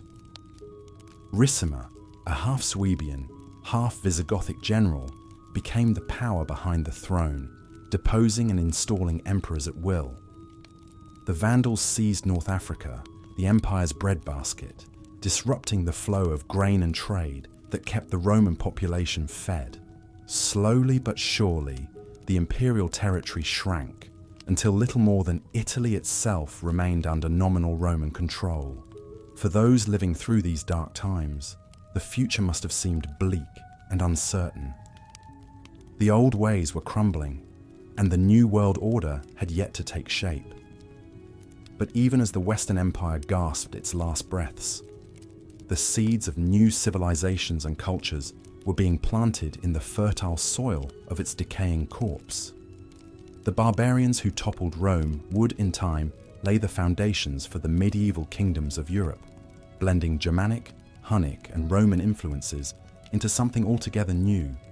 But those who witnessed the fall firsthand could scarcely have imagined what would rise from the ashes of their once great empire. As the Western Roman Empire crumbled, the Huns were building a fierce and fearsome reputation on the outskirts of civilization. These nomadic warriors, hailing from the steppes of Central Asia, had begun their westward expansion in the late 4th century. The Huns were known for their exceptional horsemanship and archery skills, honed from a young age as. They traversed the vast grasslands. They could shoot arrows with deadly accuracy while riding at full gallop, a tactic that struck terror into the hearts of their enemies. Roman chroniclers described the Huns as savage and uncivilized, with a ruthless and bloodthirsty nature. The Hunnic warriors were also renowned for their distinctive appearance. They wore their hair in long braids and sported beards, a stark contrast to the clean-shaven Romans. Their faces, according to ancient accounts, were scarred from self-inflicted wounds, a practice believed to prevent beard growth and enhance their intimidating visage. As the Huns pushed further into Europe, they left a trail of destruction in their wake. They plundered villages, burned crops, and slaughtered those who dared to resist. The mere mention of their name was enough to send people fleeing in fear. Even the mighty Roman legions, once the most formidable fighting force in the world, trembled at the prospect of facing the Huns in battle. The Huns' reputation was further cemented by their leader, Attila, who rose to power in the mid-5th century. Known as the Scourge of God, Attila was a brilliant military strategist and a charismatic leader who united the Hunnic tribes under his banner. His campaigns against the Eastern and Western Roman empires were legendary, and his name became synonymous with terror and destruction. As the Western Roman Empire teetered on the brink of collapse, the Huns' fierce and fearsome reputation only grew. The once mighty Roman army, weakened by internal strife and depleted resources, struggled to contain the Hunnic threat. The fear of the Huns permeated every level of Roman society, from the common people to the highest echelons of power. In the end, the Huns' impact on the fall of Rome was significant, even if they did not directly cause its demise. Their relentless attacks and the fear they instilled in the Roman populace contributed to the overall instability and decline of the Western Empire. The fierce and fearsome reputation of the Huns had left an indelible mark on the pages of history, forever intertwined with the story of Rome's fall. As the Western Roman Empire continued its descent into chaos and collapse in the 5th century AD, a new threat emerged from the east that would terrorize Europe and accelerate Rome's demise. Attila the Hun, known to the Romans as the Scourge of God, burst onto the scene leading a vast army of nomadic warriors on a campaign of destruction across the continent. Attila united the disparate Hunnic tribes of the Eurasian steppe into a formidable fighting force, held together by his dominant personality and military prowess. He and his violent raiders thundered across the land on horseback, striking fear into the hearts of Romans and barbarians alike. With terrifying speed, the Huns could appear like a sudden storm, leaving a trail of burned villages, slaughtered inhabitants, and scorched earth in their wake. The Huns had little interest in conquest or colonization. Their primary aim was to extract gold, grain, and other wealth from their victims through brutality and blackmail. Attila was a master extortionist, forcing the Eastern Roman Empire to pay staggering annual tributes to avoid his ruinous attacks. Those who resisted his demands faced the wrath of his barbarian horde. In the 440 SAD, Attila invaded the Balkans, crushing Roman armies and sacking great cities. The Eastern Roman capital of Constantinople only narrowly escaped destruction thanks to its mighty Theodosian walls. Attila then turned his attention westward, leading his marauders on a rampage of looting and carnage through Gaul, Hispania, and Italy. The Romans struggled to muster an effective defense against this elusive enemy. The Hunnic cavalry's high mobility and unconventional tactics confounded the slow, bulky Roman legions designed for traditional battles. Attila's psychological warfare was equally devastating, his mere presence on the horizon enough to send people fleeing in panic. Attila plundered the countryside and put great cities like Aquileia to the torch, but he spared Rome itself. According to legend, Pope Leo I met with Attila and convinced him to turn back. More likely, Attila's army was depleted by disease and stretched too thin to mount a prolonged siege of Rome's formidable defences. Nonetheless, the Huns left Italy laden with riches and tens of thousands of Roman captives, doomed to slavery. Though Attila died suddenly in 453 AD, the damage was done. His onslaught severely weakened an already fragile Western Roman Empire, draining its coffers, devastating its land and people, and accelerating its ultimate unraveling. The sheer terror Attila instilled lingered for centuries, immortalized in Roman chronicles and Germanic sagas, a haunting memory of the merciless warlord who brought a once great empire to its knees. As the Western Roman Empire teetered on the brink of collapse in the 5th century AD, its leaders made increasingly desperate attempts at diplomacy and appeasement to stave off the seemingly inevitable. With barbarian tribes pressing in from all sides and the once mighty legions stretched thin, Rome turned to negotiation and compromise in a bid to buy itself some precious time. In a humbling reversal of fortune, the same empire that had once conquered and subjugated so much of the known world now found itself trying to bargain with the very peoples it had long considered beneath it. Envoys were sent out bearing lavish gifts and promises of tribute, as Rome sought to convince the barbarians to spare its cities and citizens from the ravages of invasion. But such measures were often little more than stopgaps, and the concessions Rome was forced to make only seemed to embolden its enemies further. In some cases, the empire even resorted to outright bribery, paying off barbarian leaders with gold and silver in exchange for temporary peace. It was a far cry from the days when Rome had dictated terms to the rest of the world, and a stark reminder of just how far the once great empire had fallen. Of course, not all of Rome's diplomatic efforts were so ignominious. There were still those among the empire's leaders who sought to negotiate from a position of strength, using a combination of flattery, threats, and appeals to mutual interest to keep the barbarians at bay. But as the years wore on and the empire's plight grew ever more dire, such voices became fewer and further between.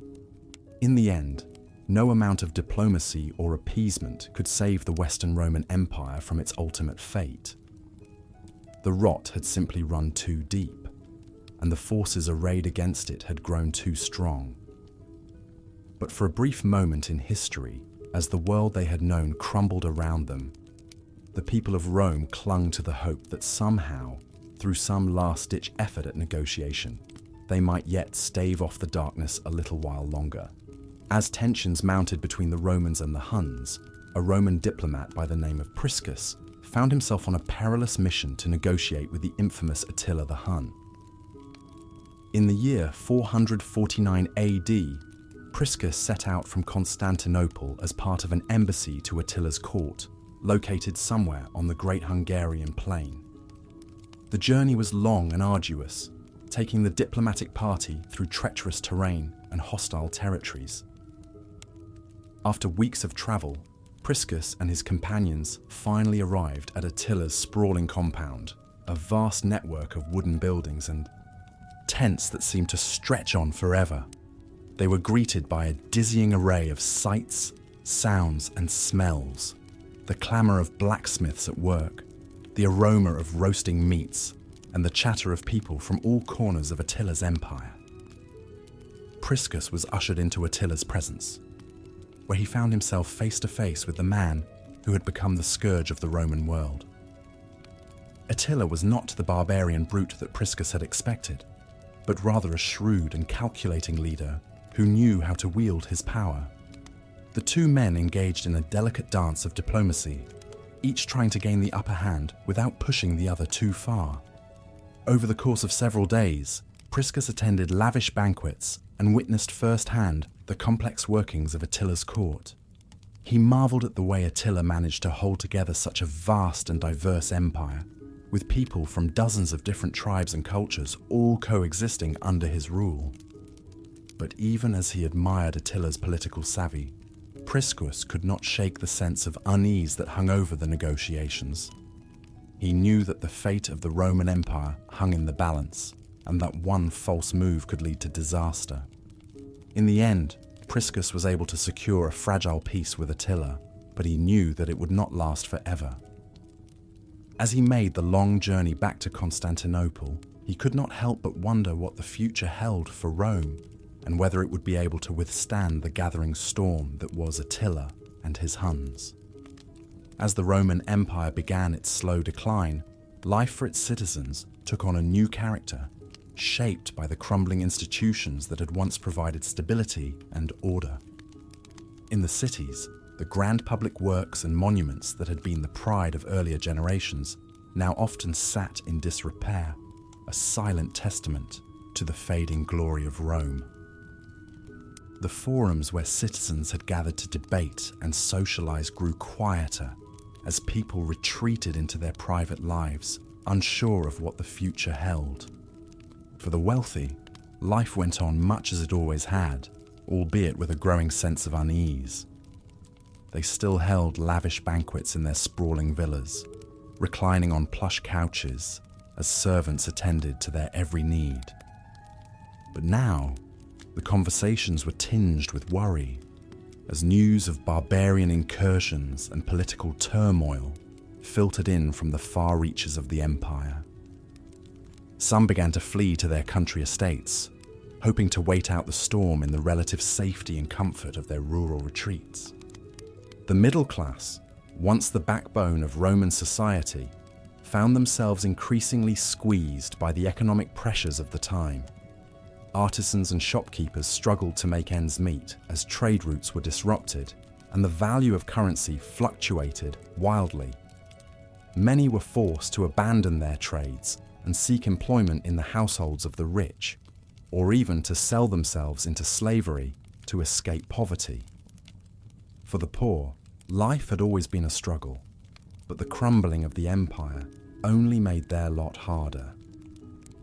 With the breakdown of the annona, the system that had once ensured a steady supply of grain to the cities, food shortages became more common.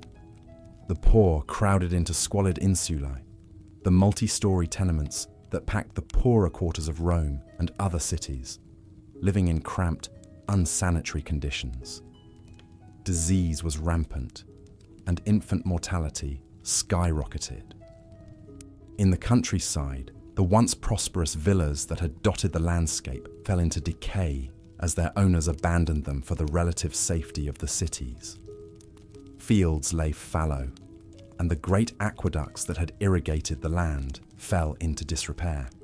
Peasants eked out a meagre existence, burdened by heavy taxes and the constant threat of marauding bandits and invaders. Yet even in these dark times, life went on. Children played in the streets, their laughter echoing through the alleyways. Lovers met in secret, stealing moments of joy amid the uncertainty. Families gathered around the hearth to share meals and stories, finding comfort in the bonds of kinship.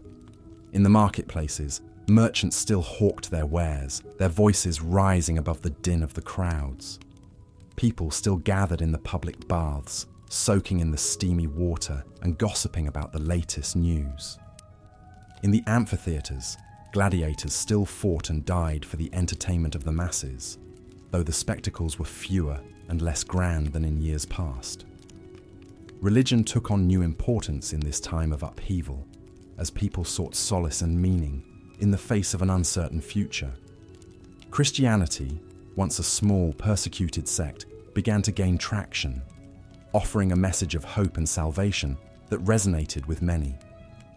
Pagan cults also flourished, as people turned to the old gods in a desperate attempt to stave off the chaos that seemed to be engulfing the world.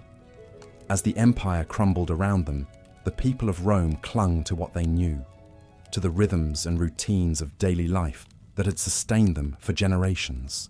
They adapted as best they could to the changing times, finding small joys and moments of normalcy amid the tumult. And though the future was uncertain, they faced it with the same resilience and determination that had always been the hallmark of the Roman people. Life during the fall of Rome was a study in contrasts, a time of decay and decline, but also of endurance and adaptation. It was a world where the old certainties were crumbling, but where new possibilities were beginning to emerge. And through it all, the people endured, their lives a testament to the indomitable spirit of humanity in the face of even the greatest challenges. As the Western Roman Empire spiraled into decline, its once impressive infrastructure began to crumble and decay. The vast network of roads that had enabled the swift movement of troops, goods, and information across the empire fell into disrepair. With dwindling funds and manpower, the maintenance of these vital arteries became increasingly difficult. Potholes and cracks marred the once smooth surfaces, making travel more arduous and time-consuming. Bridges that had stood for centuries began to collapse, severing important trade routes and isolating communities. The aqueducts, marvels of Roman engineering that had supplied cities with fresh water, also suffered from neglect. Leaks sprung from the aging pipelines, and sections of the elevated channels crumbled away. In some cases, desperate citizens resorted to stripping lead from the aqueducts to fashion into other goods, further compromising the integrity of the water supply systems.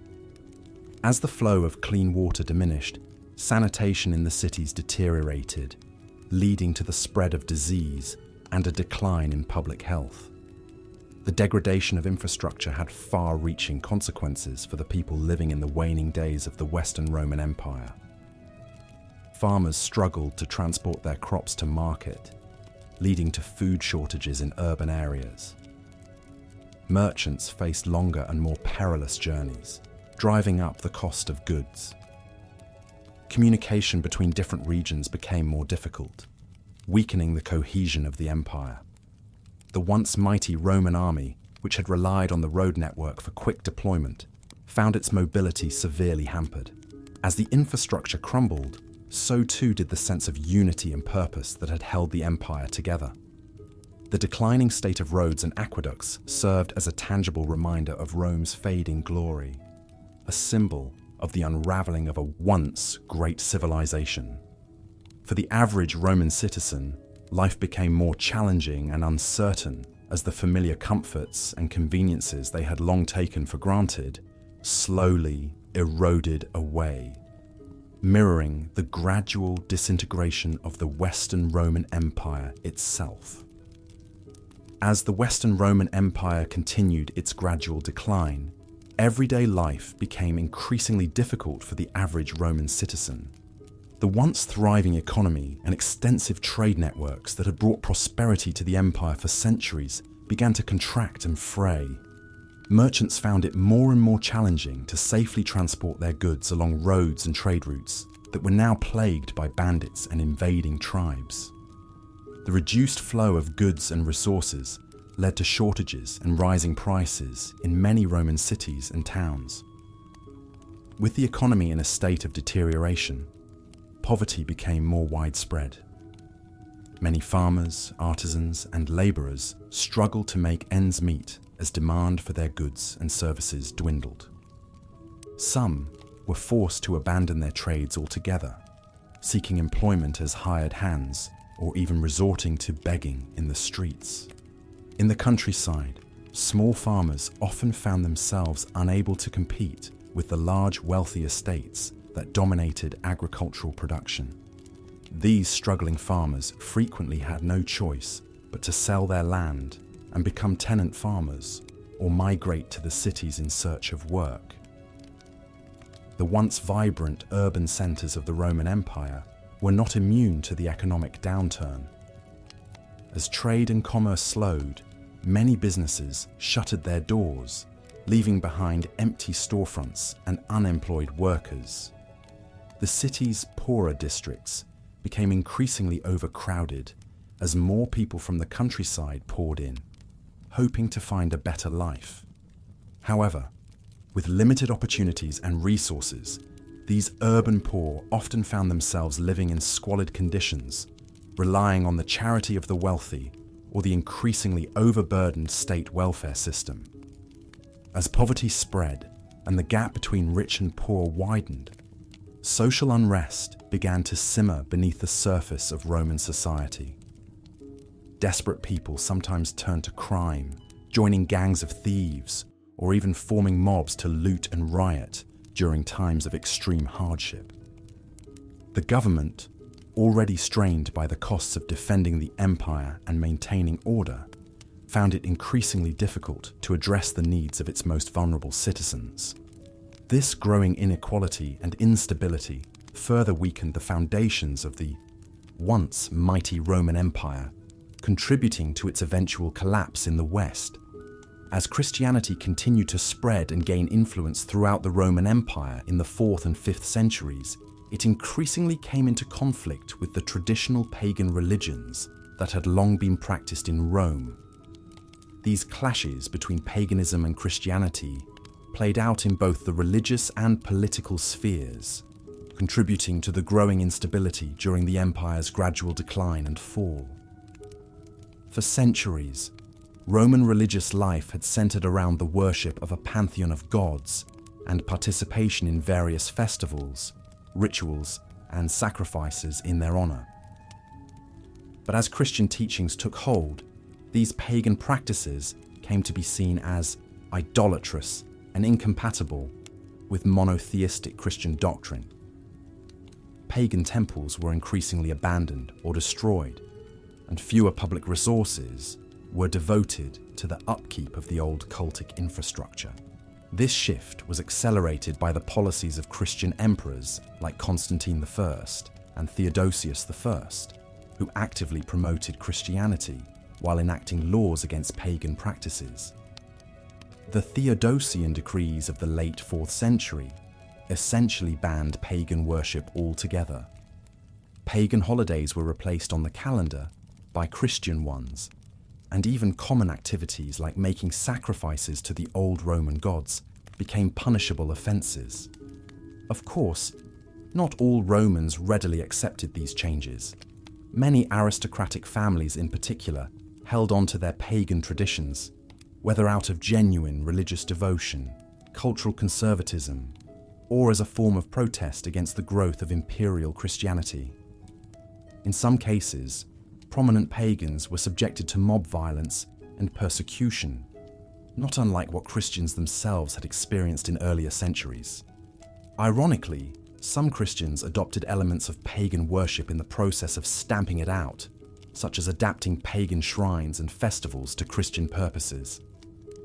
Pope Gregory I, for instance, instructed missionaries to repurpose pagan temples as churches rather than destroying them. Over time, Christianity absorbed and transformed many aspects of Roman paganism, even while opposing it. Ultimately, the Christianization of the empire was a centuries-long process full of social upheaval and controversy. The clashes between paganism and Christianity divided communities, upended ancient traditions, and reshaped the religious landscape, all while the Roman Empire itself teetered on the brink of collapse. It marked a profound cultural and spiritual reorientation whose reverberations would long outlast the political rule of Rome. As the Western Roman Empire crumbled in the 5th century AD, life for the average peasant family in Gaul became increasingly difficult and unpredictable. They faced the daily struggle of eking out a meagre existence under the looming shadow of barbarian invasions and the gradual collapse of Roman authority. One such family lived in a small one-room hut on the outskirts of a once thriving Roman villa. The father, Marcellus, toiled from dawn to dusk in the fields, trying to coax enough wheat and vegetables from the tired soil to feed his wife and 3 young children. With each passing year, the harvests grew more uncertain as the roads and irrigation systems fell into disrepair without the guiding hand of Roman engineers. His wife, Livia, spent her days grinding grain into coarse flour, mending tattered clothes, and tending to their scrawny chickens, a far cry from the bustling markets and luxurious bathhouses that her grandmother spoke of from her youth. The children, too young to fully grasp the precariousness of their situation, played simple games with sticks and stones, blissfully unaware that their chance for education and a better life was slipping away with each passing day. News from the wider world was sporadic and often grim. Whispers reached their village of the great city of Rome itself being sacked by the Visigoths, and of entire provinces falling to the control of foreign kings. The last remaining threads of imperial administration were stretched thinner each year as tax collectors became a rare sight, and the once gleaming Roman roads grew choked with weeds. For Marcellus and his family, the grand machinations of empire and the movements of peoples were distant concerns next to the immediate needs of food, shelter, and safety.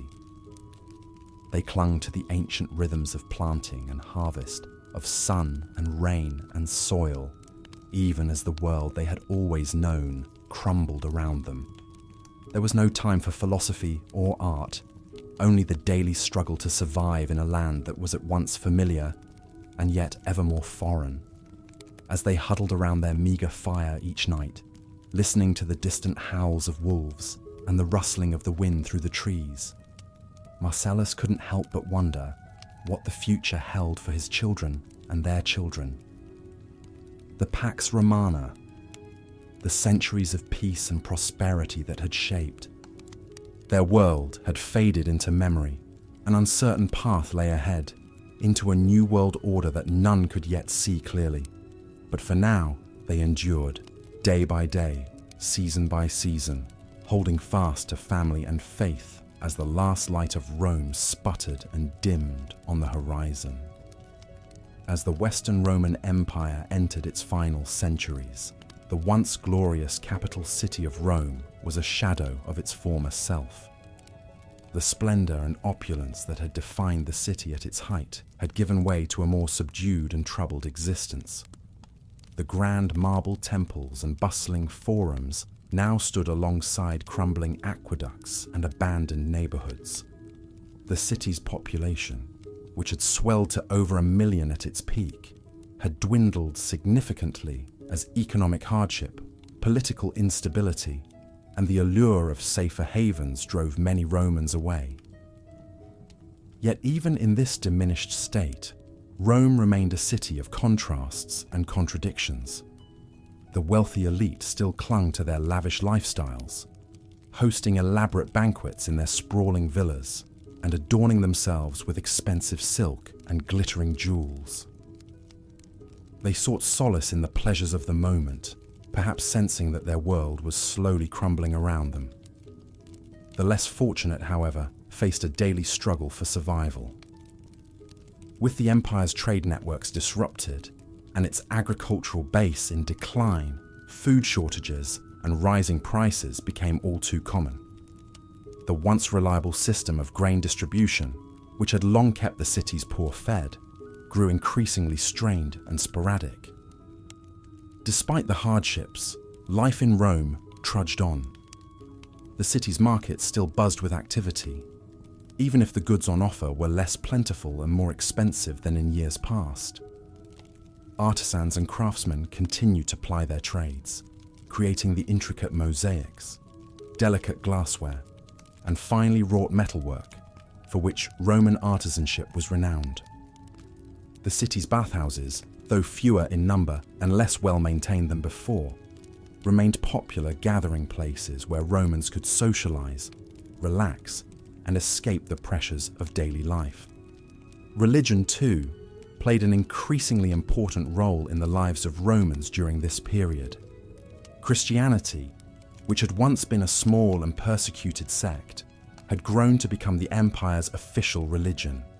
The city was now dotted with churches and basilicas, many of them built on the foundations of older pagan temples. The church provided not only spiritual comfort but also practical support, with clergy and monasteries often stepping in to fill the gaps left by the declining imperial government. Yet even as Christianity solidified its hold on Roman society, the old pagan traditions refused to die out entirely. Many Romans, particularly those in the countryside, continued to observe the ancient festivals and make offerings to the old gods alongside their Christian worship.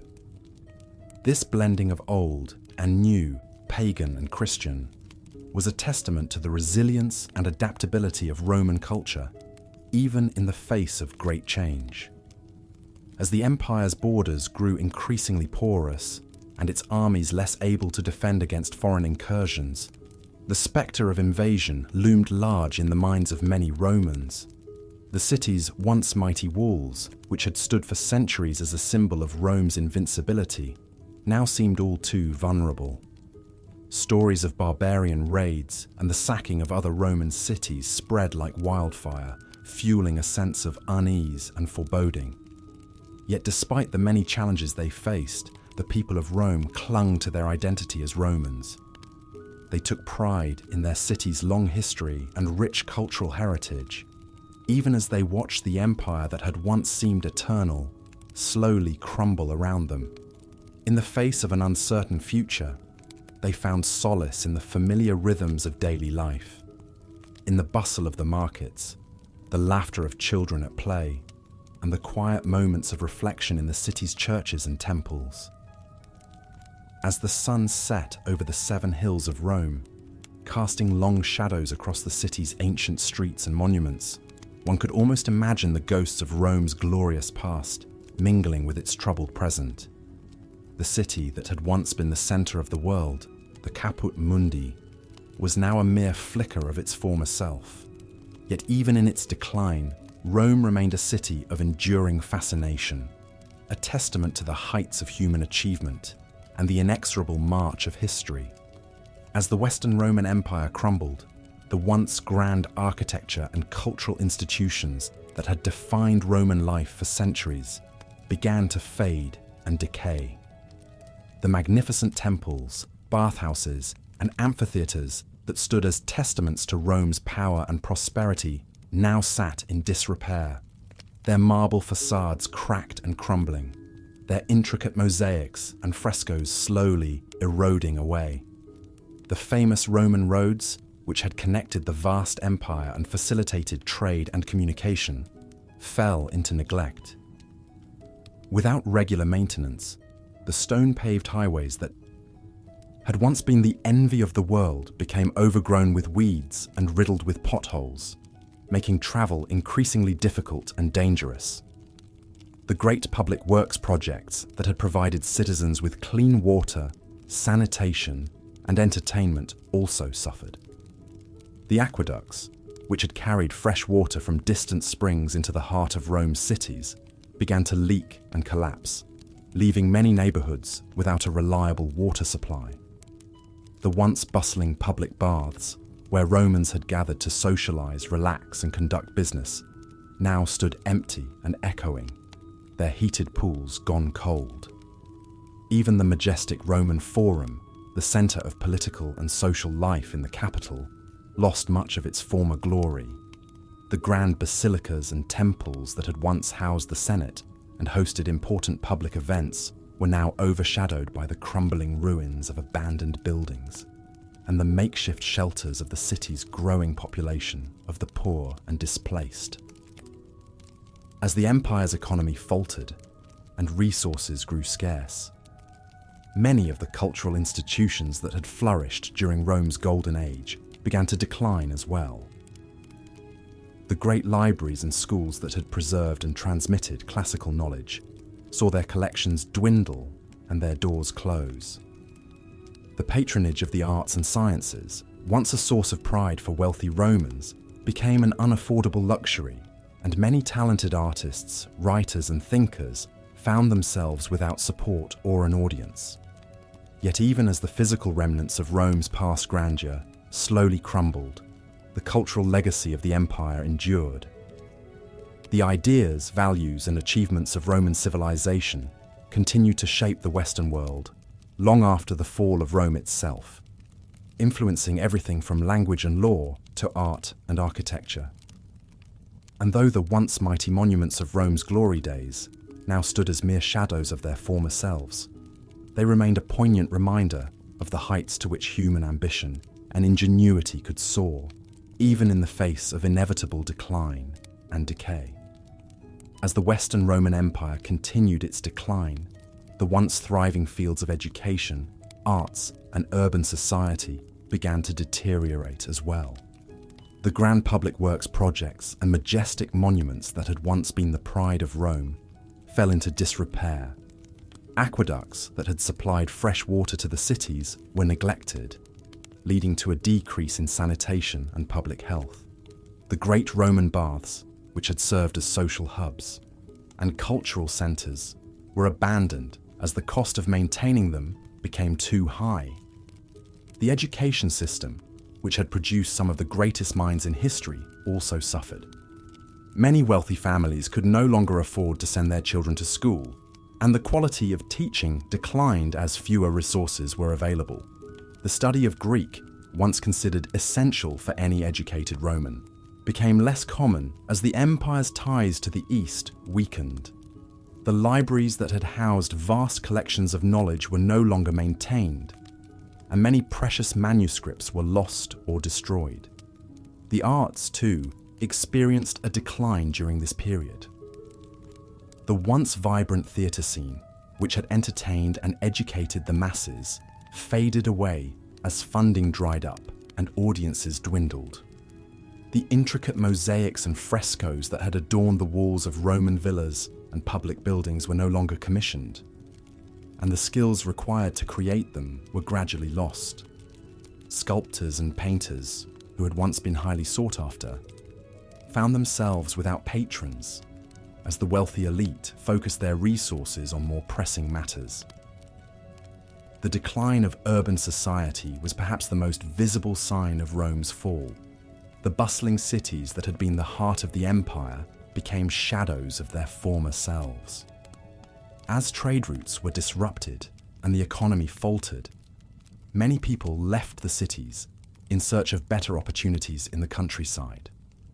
Those who remained faced increasing poverty and crime as the social fabric of urban life unraveled. The once grand public spaces, such as forums and amphitheatres, fell into disuse and decay, serving as stark reminders of Rome's fading glory. The decline of education, arts, and urban society during the fall of Rome was a gradual process, but its impact was profound. As these pillars of Roman civilization crumbled, so too did the sense of unity and purpose that had once held the empire together. The loss of these cultural touchstones left a void that would take centuries to fill, and the legacy of Rome's decline would be felt for generations to come.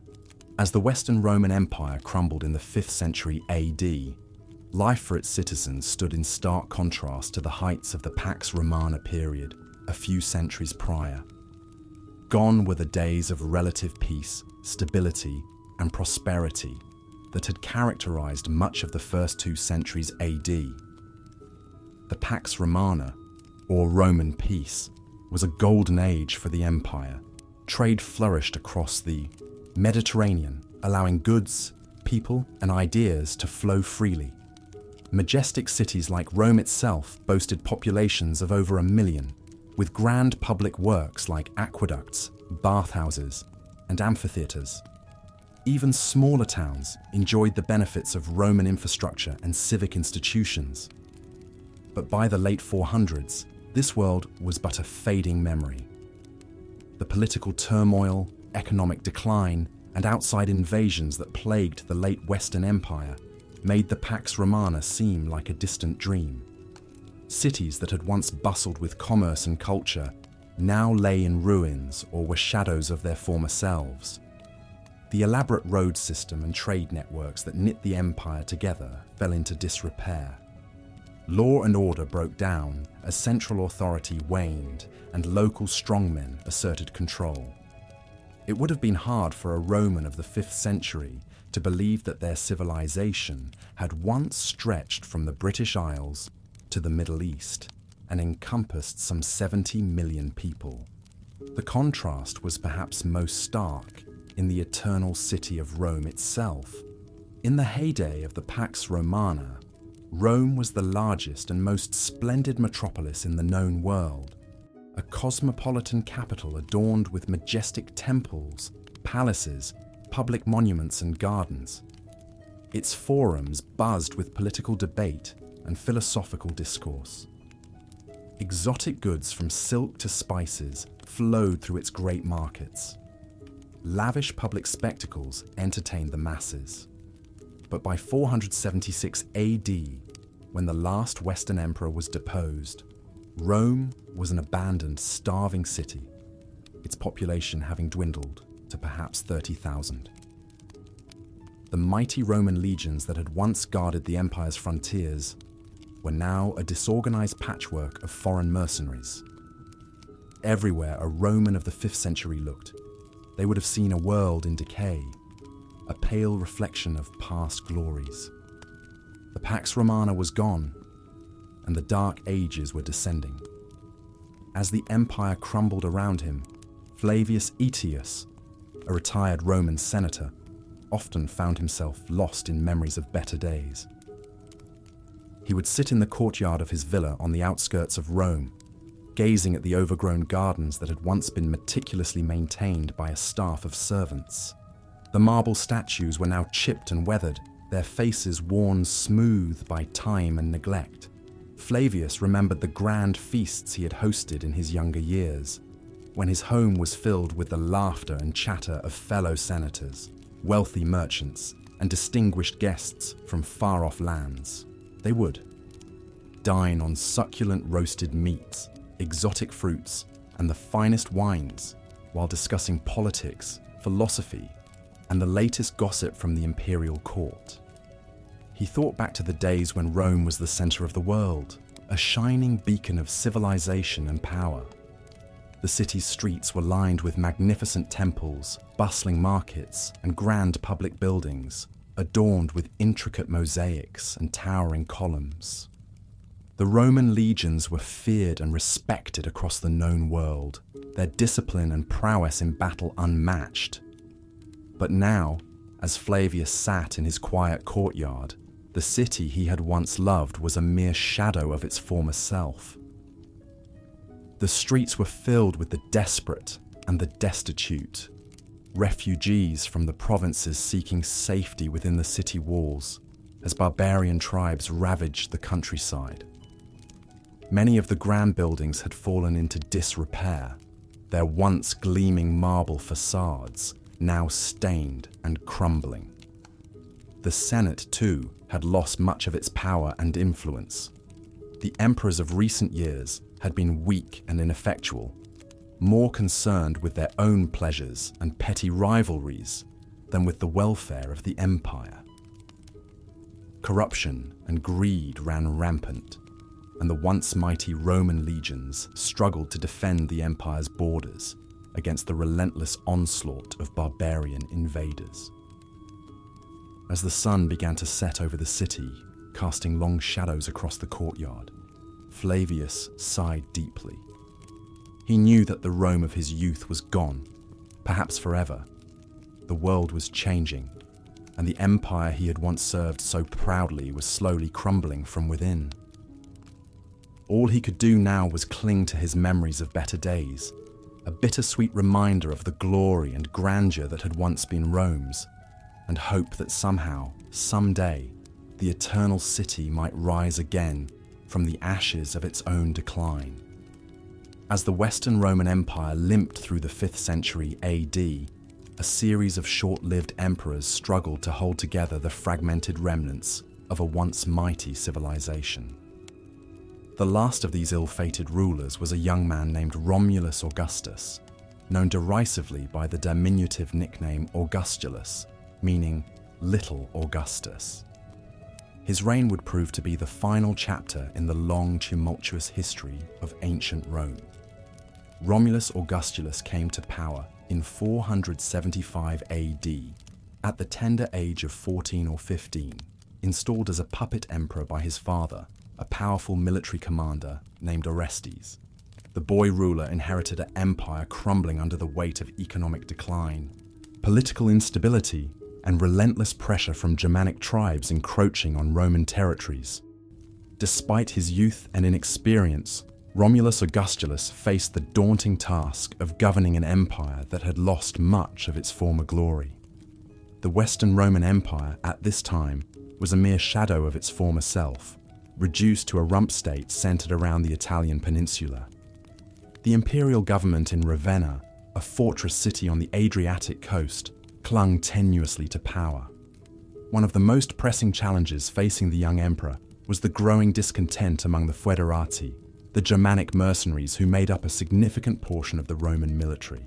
These warriors, primarily from the Skirian, Heruli, and Torquelini tribes, had long served as allies of convenience for the Romans. In exchange for their military service, they were granted land and privileges within the empire. However, by the time of Romulus Augustulus, the foederati had grown increasingly dissatisfied with their treatment by the Roman authorities. They felt that they had not received the lands and rewards they had been promised, and tensions were running high. The situation came to a head in 476 AD, when the Germanic troops, led by a powerful general named Odoacer, rose up in rebellion against the Western Roman government. Odoacer, who had once served as a bodyguard for the previous emperor, Julius Nepos, was a formidable and ambitious figure. Of Germanic and Hunnic descent, he had risen through the ranks of the Roman military to become an influential leader among the foederati. Capitalizing on the growing resentment of his fellow Germanic warriors, Odoacer led a revolt against Orestes, the power behind the throne of Romulus Augustulus. In a swift and decisive campaign, Odoacer's forces marched on Ravenna, the capital of the Western Roman Empire.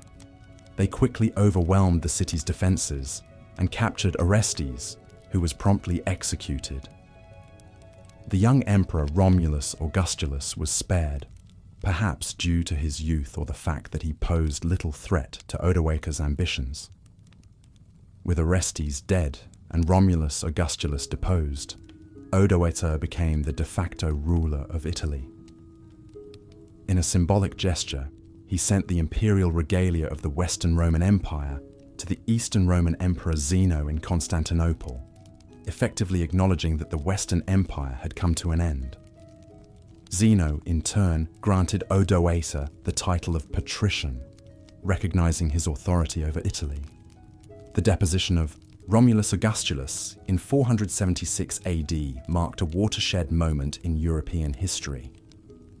It signaled the end of the Western Roman Empire, which had dominated the Mediterranean world for centuries. The fall of Rome was not a sudden catastrophe, but rather the culmination of a long, gradual decline marked by invasions, political turmoil, economic struggles, and the loss of territories to various Germanic kingdoms. In the aftermath of Romulus Augustulus's deposition, Italy entered a new era under the rule of Odoacer and his successors, the Ostrogoths. The once mighty Roman Empire had fragmented into a patchwork of Germanic kingdoms, each with its own rulers, laws, and customs. The Eastern Roman Empire, based in Constantinople, would continue on for nearly another 1,000 years as the Byzantine Empire, but the Western Empire had breathed its last. The story of Romulus Augustulus and the fall of the Western Roman Empire is a poignant reminder of the impermanence of even the greatest of civilizations. It is a tale of decline, political intrigue, and the shifting tides of power that shaped the course of European history for centuries to come. As the sun set on the Roman world, a new age dawned, one in which the legacy of Rome would endure, but in a vastly different form, forever changed by the transformative events of 476 AD. As the Western Roman Empire continued its slow decline, the reins of power fell into the hands of a mere child. In the year 475 AD, a 12-year-old boy named Romulus Augustus was proclaimed emperor. Of course, at such a tender age, he was hardly fit to rule. The real power behind the throne was his father, a Roman general named Orestes. Orestes had once served as a secretary to Attila the Hun, but in a twist of fate, he now found himself pulling the strings of the Roman Empire. Through his young son, Orestes could effectively control the entire western half of the once mighty empire. It's hard to imagine the weight of responsibility on young Romulus's shoulders. While other boys his age were playing games and attending to their studies, Romulus was the figurehead of a crumbling empire. One wonders if he truly grasped the gravity of his position. Meanwhile, his father Orestes worked to maintain a tenuous grip on power. The empire was fragmenting, with various factions vying for control. Orestes had to navigate a treacherous political landscape, forging alliances and fending off rivals. All the while, his adolescent son sat on the throne, a mere puppet in this grand game of power. For the average Roman citizen, life went on as the empire's fate was decided in the halls of power. They likely paid little attention to the machinations of Orestes and his child emperor. Their concerns were more immediate, putting food on the table, tending to their trades, and keeping their families safe in an increasingly uncertain world.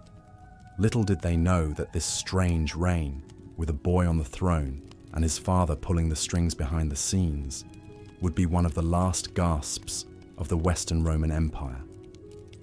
In just a few short decades, the empire would fall, plunging Europe into centuries of chaos and darkness. But for now, under the rule of a child and his ambitious father, the empire tottered on, a shadow of its former glory. As the Western Roman Empire crumbled in the late 5th century, opportunistic outsiders sensed their chance to seize power. One of the most pivotal figures in Rome's final days was Odoacer, a Germanic military leader who would ultimately become the first barbarian king of Italy. Odoacer's origins are somewhat murky, but historians believe he was born into a Germanic tribe around the year 433 CE. As a young man, he joined the Roman army and quickly rose through the ranks, eventually becoming a prominent general. But Odoacer was no ordinary Roman soldier. He had his own ambitions, and as the empire weakened, he saw an opportunity to take control. In 476 CE, Odoacer made his move. He led a revolt against the Western Roman Emperor Romulus Augustulus, who was really more of a figurehead at this point. Romulus had only taken the throne a year earlier at the age of 16, and he was being controlled by his father, Orestes, who served as the power behind the throne. Odoacer and his supporters, who were mostly fellow Germanic tribesmen, marched on the capital of Ravenna. They met little resistance. Orestes was captured and swiftly executed. His teenage son, the so-called emperor, was spared but forced to abdicate. After nearly 1,000 years, the line of Western Roman emperors had finally come to an end. With Romulus out of the way, Odoacer was master of Italy. But interestingly, he chose not to declare himself emperor. Instead, perhaps to maintain a veneer of legitimacy, Odoacer sent the imperial regalia back to Constantinople and pledged his allegiance to the Eastern Emperor Zeno. In return, Zeno granted Odoacer the title of patrician and acknowledged his authority over Italy. So while 476 CE marked the end of the Western Roman Empire, in some ways, life carried on as it had before. Odoacer maintained Roman institutions and infrastructure. The Senate continued to meet, though its power was greatly diminished. Roman nobles kept their lands and wealth. For most common people in Italy, the transition from a weak emperor to a Germanic king had little day-to-day impact. Of course, this was still a time of tremendous upheaval and uncertainty. The once mighty Roman Empire had fractured into barbarian kingdoms. Trade networks were disrupted, cities shrank, and the old order faded. But thanks in part to Odoacer's relatively stable reign, the change was more gradual than it could have been. The Roman world was ending, but its legacy would endure for centuries to come. As the Western Roman Empire crumbled, a pivotal moment occurred in 476 AD that would come to symbolize its ultimate demise. The last Roman emperor, Romulus Augustulus, who had taken the throne at the young age of 16, found himself at the mercy of a barbarian general named Odoacer. In a turn of events that would have been unthinkable just a century prior, Odoacer deposed the young emperor, sending him into exile in Campania. This act, while seemingly just another in a long line of power struggles, carried with it a profound symbolic significance. For nearly 500 years, the city of Rome had been the heart of a vast empire, its emperor a figure of awe and reverence. But now, with a mere show of force, a barbarian commander had unseated an emperor and faced no significant resistance or repercussions. Odoacer, interestingly, did not claim the title of emperor for himself. Instead, he sent the imperial regalia back to Constantinople, to the Eastern Roman Emperor Zeno, along with a message stating that a separate emperor was no longer needed in the West. Zeno granted Odoacer the title of patrician and allowed him to rule Italy in the Eastern Empire's name. This peculiar arrangement speaks to the strange reality of the time. The Western Empire had fallen so low that even its conquerors saw no value in claiming its throne. The once mighty Roman Empire had fragmented, its western half now ruled by a patchwork of barbarian kingdoms. Yet life went on. The changes, momentous as they were, occurred gradually over decades. Many Romans, especially those outside the political and military spheres, likely continued their daily routines without immediately noticing the shift. The aqueduct still flowed, the market still bustled, and the sun still rose over the hills of Rome, even if the emperor no longer dwelled on the Palatine Hill. It's a testament to the slow, almost imperceptible nature of the fall. Not a sudden catastrophe, but a gradual unraveling. The deposition of Romulus Augustulus, while undoubtedly a turning point, was in many ways just the final, symbolic confirmation of a decline that had been underway for generations. After being deposed by Odoacer in 476 AD, the last Western Roman emperor, Romulus Augustulus, found his life taking a very different path than he might have imagined growing up as a young emperor. Rather than being executed, as one might expect for a deposed ruler, Romulus was shown a surprising degree of mercy. Odoacer, perhaps feeling a touch of sympathy for the young man, decided to spare his life. Instead of a death sentence, Romulus was exiled to the Castellum Lucullanum, a fortress located on the island of Megaride in the Bay of Naples. There, in the warm Mediterranean climate, far from the politics and chaos of Rome, Romulus lived out the rest of his days. He was given a generous pension of 6,000 solidi per year, allowing him to maintain a comfortable lifestyle. The Castellum Lucullanum was no dingy prison cell, but a grand villa, once owned by the enormously wealthy Roman general Lucullus. Surrounded by luxury and natural beauty, it was a far cry from the stress and danger of the imperial court. One can imagine Romulus slowly adjusting to his new life, perhaps finding a sense of peace and even relief in his quiet exile. He may have whiled away the hours reading from the villa's extensive library, strolling through the lush gardens, or gazing out at the sparkling blue waters of the bay. It's possible that, in time, he came to appreciate the simple pleasures of a life without the weight of an empire on his shoulders. The exact details of Romulus's life in exile are lost to history, but it's believed he lived for at least another decade or two after his deposition. In a way, his story is a microcosm of the fall of Rome itself. A once great power, now faded into obscurity, left to contemplate its glory days as the world moved on. And yet, there is a certain poetic beauty in imagining this former emperor, the last of a dying breed, finding solace and perhaps even happiness in the quiet twilight of his life, far from the crumbling ruins of the empire he once ruled. As the Western Roman Empire breathed its last, the world it left behind was fundamentally changed. The grand Mediterranean civilization that had dominated Europe for centuries was no more, leaving a patchwork of kingdoms, tribes, and territories in its wake. The once mighty city of Rome itself, the heart of an empire, was reduced to a mere shadow of its former glory. Its magnificent structures crumbled, its aqueducts ran dry, and its population dwindled to a fraction of what it had been at the height of Roman power. In the immediate aftermath of Rome's fall, life was undoubtedly difficult and tumultuous for those who had lived under its rule. The stability and order provided by the Roman state was replaced by uncertainty and chaos. Trade networks were disrupted, leading to shortages of goods and economic hardship. The Roman system of laws and governance, which had held sway for so long, no longer applied, leaving people to navigate a new and unfamiliar political landscape. Yet, even as the Western Empire collapsed, the Eastern Empire, centered in Constantinople, continued on.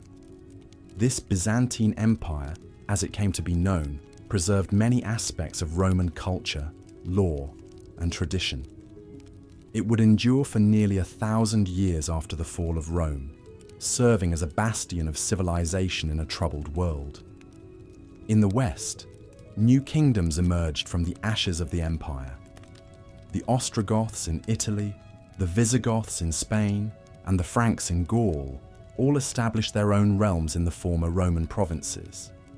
These Germanic kingdoms blended Roman and barbarian traditions, creating new hybrid cultures that would shape the course of European history. The Roman legacy also lived on through the Catholic Church, which had gradually become intertwined with the empire over the centuries. As Roman authority crumbled, the Church stepped in to fill the void, providing a sense of continuity and order in a time of great upheaval. Monasteries became centers of learning, preserving ancient texts and knowledge that might otherwise have been lost. The influence of Rome can be seen in the languages, legal systems, and architecture of Europe to this day. The Romance languages, Italian, French, Spanish, Portuguese, and Romanian, all trace their roots back to Latin, the language of the Romans. Many European legal codes are based on Roman law, and the grand buildings and monuments of Europe's cities often harken back to Roman styles and techniques. Perhaps most importantly, the idea of Rome, of a unified civilization spanning a vast territory, has captured the imagination of leaders and thinkers for centuries. From Charlemagne to Mussolini, the dream of reviving the Roman Empire has inspired both great ambitions and terrible atrocities. The fall of Rome marked the end of an era, but it was also the beginning of a new one. The world that emerged from the empire's collapse was a world of both great challenges and great opportunities. It was a world where old certainties had vanished, but where new ideas and new ways of life could take root and flourish. The legacy of Rome, both its triumphs and its tragedies, would shape this new world in countless ways, leaving an indelible mark on the course of human history. As the Western Roman Empire crumbled, its vast territories fractured into a patchwork of smaller kingdoms and domains. The political unity that had once stretched from Britain to North Africa and from the Atlantic to the Euphrates was now a distant memory. In its place, a mosaic of Germanic kingdoms emerged, each vying for power and influence in the vacuum left by Rome's retreat. The Visigoths, who had famously sacked Rome in 410 AD under the leadership of Alaric, now ruled over much of the Iberian Peninsula and parts of southern Gaul. They established their capital at Toulouse, from where they sought to expand their dominion and forge alliances with the remnants of Roman authority. To the north, the Franks under Clovis I conquered the last bastion of Roman control in Gaul, defeating the Roman general Syagrius in 486 AD. Clovis would go on to unite the Frankish tribes and lay the foundations for the Merovingian dynasty that would shape the future of medieval France. In Italy itself, the heartland of the once mighty empire, a series of short-lived kingdoms rose and fell in rapid succession. The Germanic chieftain Odoacer deposed the last Western Roman emperor, Romulus Augustulus, in 476 AD, only to be overthrown himself by the Ostrogothic king Theodoric the Great in 493. Under Theodoric's rule, Italy enjoyed a brief period of stability and even a modest cultural renaissance, as the Ostrogothic king sought to reconcile the interests of his Germanic followers with those of the Roman aristocracy. But this fragile equilibrium would not last. In the 6th century, the Eastern Roman Empire, now firmly in the hands of the Byzantine emperors in Constantinople, sought to reassert its authority over the lost Western provinces. The Emperor Justinian V launched a series of military campaigns aimed at reconquering Italy and North Africa from the Germanic kingdoms. While initially successful, these wars ultimately drained the resources of the Byzantine Empire and left Italy devastated and depopulated. The political fragmentation of the Western Empire was not just a matter of shifting borders, and dynastic struggles, it also had profound consequences for the everyday lives of the people who inhabited these lands. The complex system of Roman administration, with its provincial governors, tax collectors, and municipal councils, gradually gave way to a more localized and feudal form of governance. The old Roman aristocracy, where it survived, often found itself having to navigate the competing demands of barbarian kings and warlords, while the common people were left to fend for themselves in an increasingly uncertain and chaotic world. Yet even amidst this fragmentation, the legacy of Rome endured. The Germanic kingdoms that rose from the ashes of the Western Empire were themselves deeply influenced by Roman culture, law, and religion. Many of the barbarian kings sought to present themselves as the heirs of Rome, adopting imperial titles and trappings, and even issuing coins with their own likenesses in the style of Roman emperors. The Latin language, Roman legal codes, and the Christian faith continued to shape the cultural and intellectual life of the former imperial provinces, even as political control passed into new hands. The fall of the Western Empire was thus not so much a singular event, as it was a gradual process of transformation and adaptation. The political unity of Rome gave way to a new world order, one in which the barbarian kingdoms of the West would lay the foundations for the medieval world to come. And while the people of this age may have lived through times of great upheaval and uncertainty, they also bore witness to the birth of a new era, one that would carry forward the legacy of Rome, even as it charted its own unique course through history. Even as the Western Roman Empire crumbled, the Eastern Empire and the Catholic Church worked diligently to preserve Roman heritage and traditions. In the East, the Byzantine Empire carried on the legacy of Rome for nearly 1,000 years after the fall of the West. They maintained many of the political, legal, and cultural institutions that had defined Roman civilization for centuries. The Byzantine emperors saw themselves as the rightful successors to the Caesars of old, and they governed their lands according to Roman principles of law and administration. Meanwhile, the Catholic Church emerged as a bastion of Roman culture in the West. As the political structure of the Western Empire disintegrated, the Church stepped in to fill the void. Monasteries became centers of learning, where ancient texts were copied and preserved for future generations. Monks and scholars kept the Latin language alive, along with the works of great Roman authors like Cicero and Virgil. The Church also adapted many Roman customs and holidays, giving them new Christian meanings. The Roman festival of Saturnalia, for example, was transformed into the celebration of Christmas. In a sense, the Church became a spiritual empire that transcended political boundaries. It provided a sense of unity and continuity in a fragmented world, much as the Roman Empire had done in its heyday. Church leaders, particularly the Pope in Rome, wielded immense influence and authority. They often acted as mediators between warring kings and nobles, using their moral suasion to maintain a semblance of order and peace. The preservation of Roman heritage was not just a matter of nostalgia or academic interest. It had practical implications for the development of medieval Europe. Roman law, for instance, served as the foundation for many of the legal systems that emerged in the Middle Ages. The Justinian Code, compiled in the Byzantine Empire in the 6th century, became a model for law codes throughout Europe. Similarly, Roman architecture and engineering techniques were studied and emulated by medieval builders, resulting in magnificent structures like Gothic cathedrals. In many ways, the fall of Rome marked the end of an era. But thanks to the efforts of the Eastern Empire and the Catholic Church, the legacy of Rome lived on. It shaped the course of European history for centuries to come, even as new kingdoms and cultures rose from the ashes of the Western Empire. The preservation of Roman heritage ensured that the achievements of this great civilization would never be forgotten, even in the darkest of times. As the Western Roman Empire crumbled into the pages of history, its enduring legacy would shape European culture for centuries to come. the eternal city, had cast a long shadow, and even in its absence, the world it left behind would forever bear its indelible mark.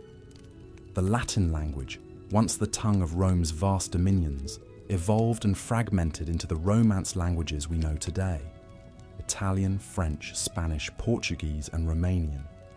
These linguistic descendants carried forward the echoes of Rome's voice in vocabulary, grammar, and idiom.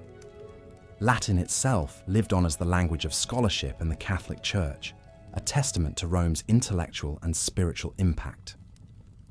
Roman law, with its emphasis on reason, justice, and the rights of citizens, set a standard that would inspire legal systems across Europe and beyond.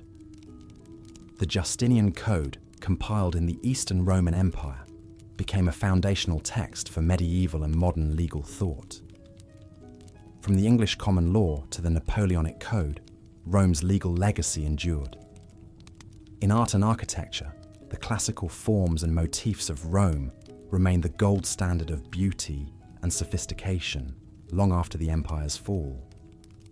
The Renaissance, born in the Italian city-states of the 15th century, was in many ways a rediscovery and reinterpretation of Roman culture. Artists and architects looked to the ruins of Rome for inspiration, seeking to recapture the grandeur and harmony of the ancient world. The idea of Rome itself, as an eternal universal power, would captivate the imaginations of generations to come. The Holy Roman Empire, though neither holy nor Roman, nor much of an empire, sought to claim the mantle of Rome's legacy for itself. Charlemagne, the great Frankish king, was crowned emperor by the Pope in 800 AD, in a symbolic nod to Rome's enduring prestige. Even in the modern era, Rome's influence can still be felt. The classical education that shaped the minds of Europe's elite for centuries was steeped in the literature, history, and philosophy of ancient Rome.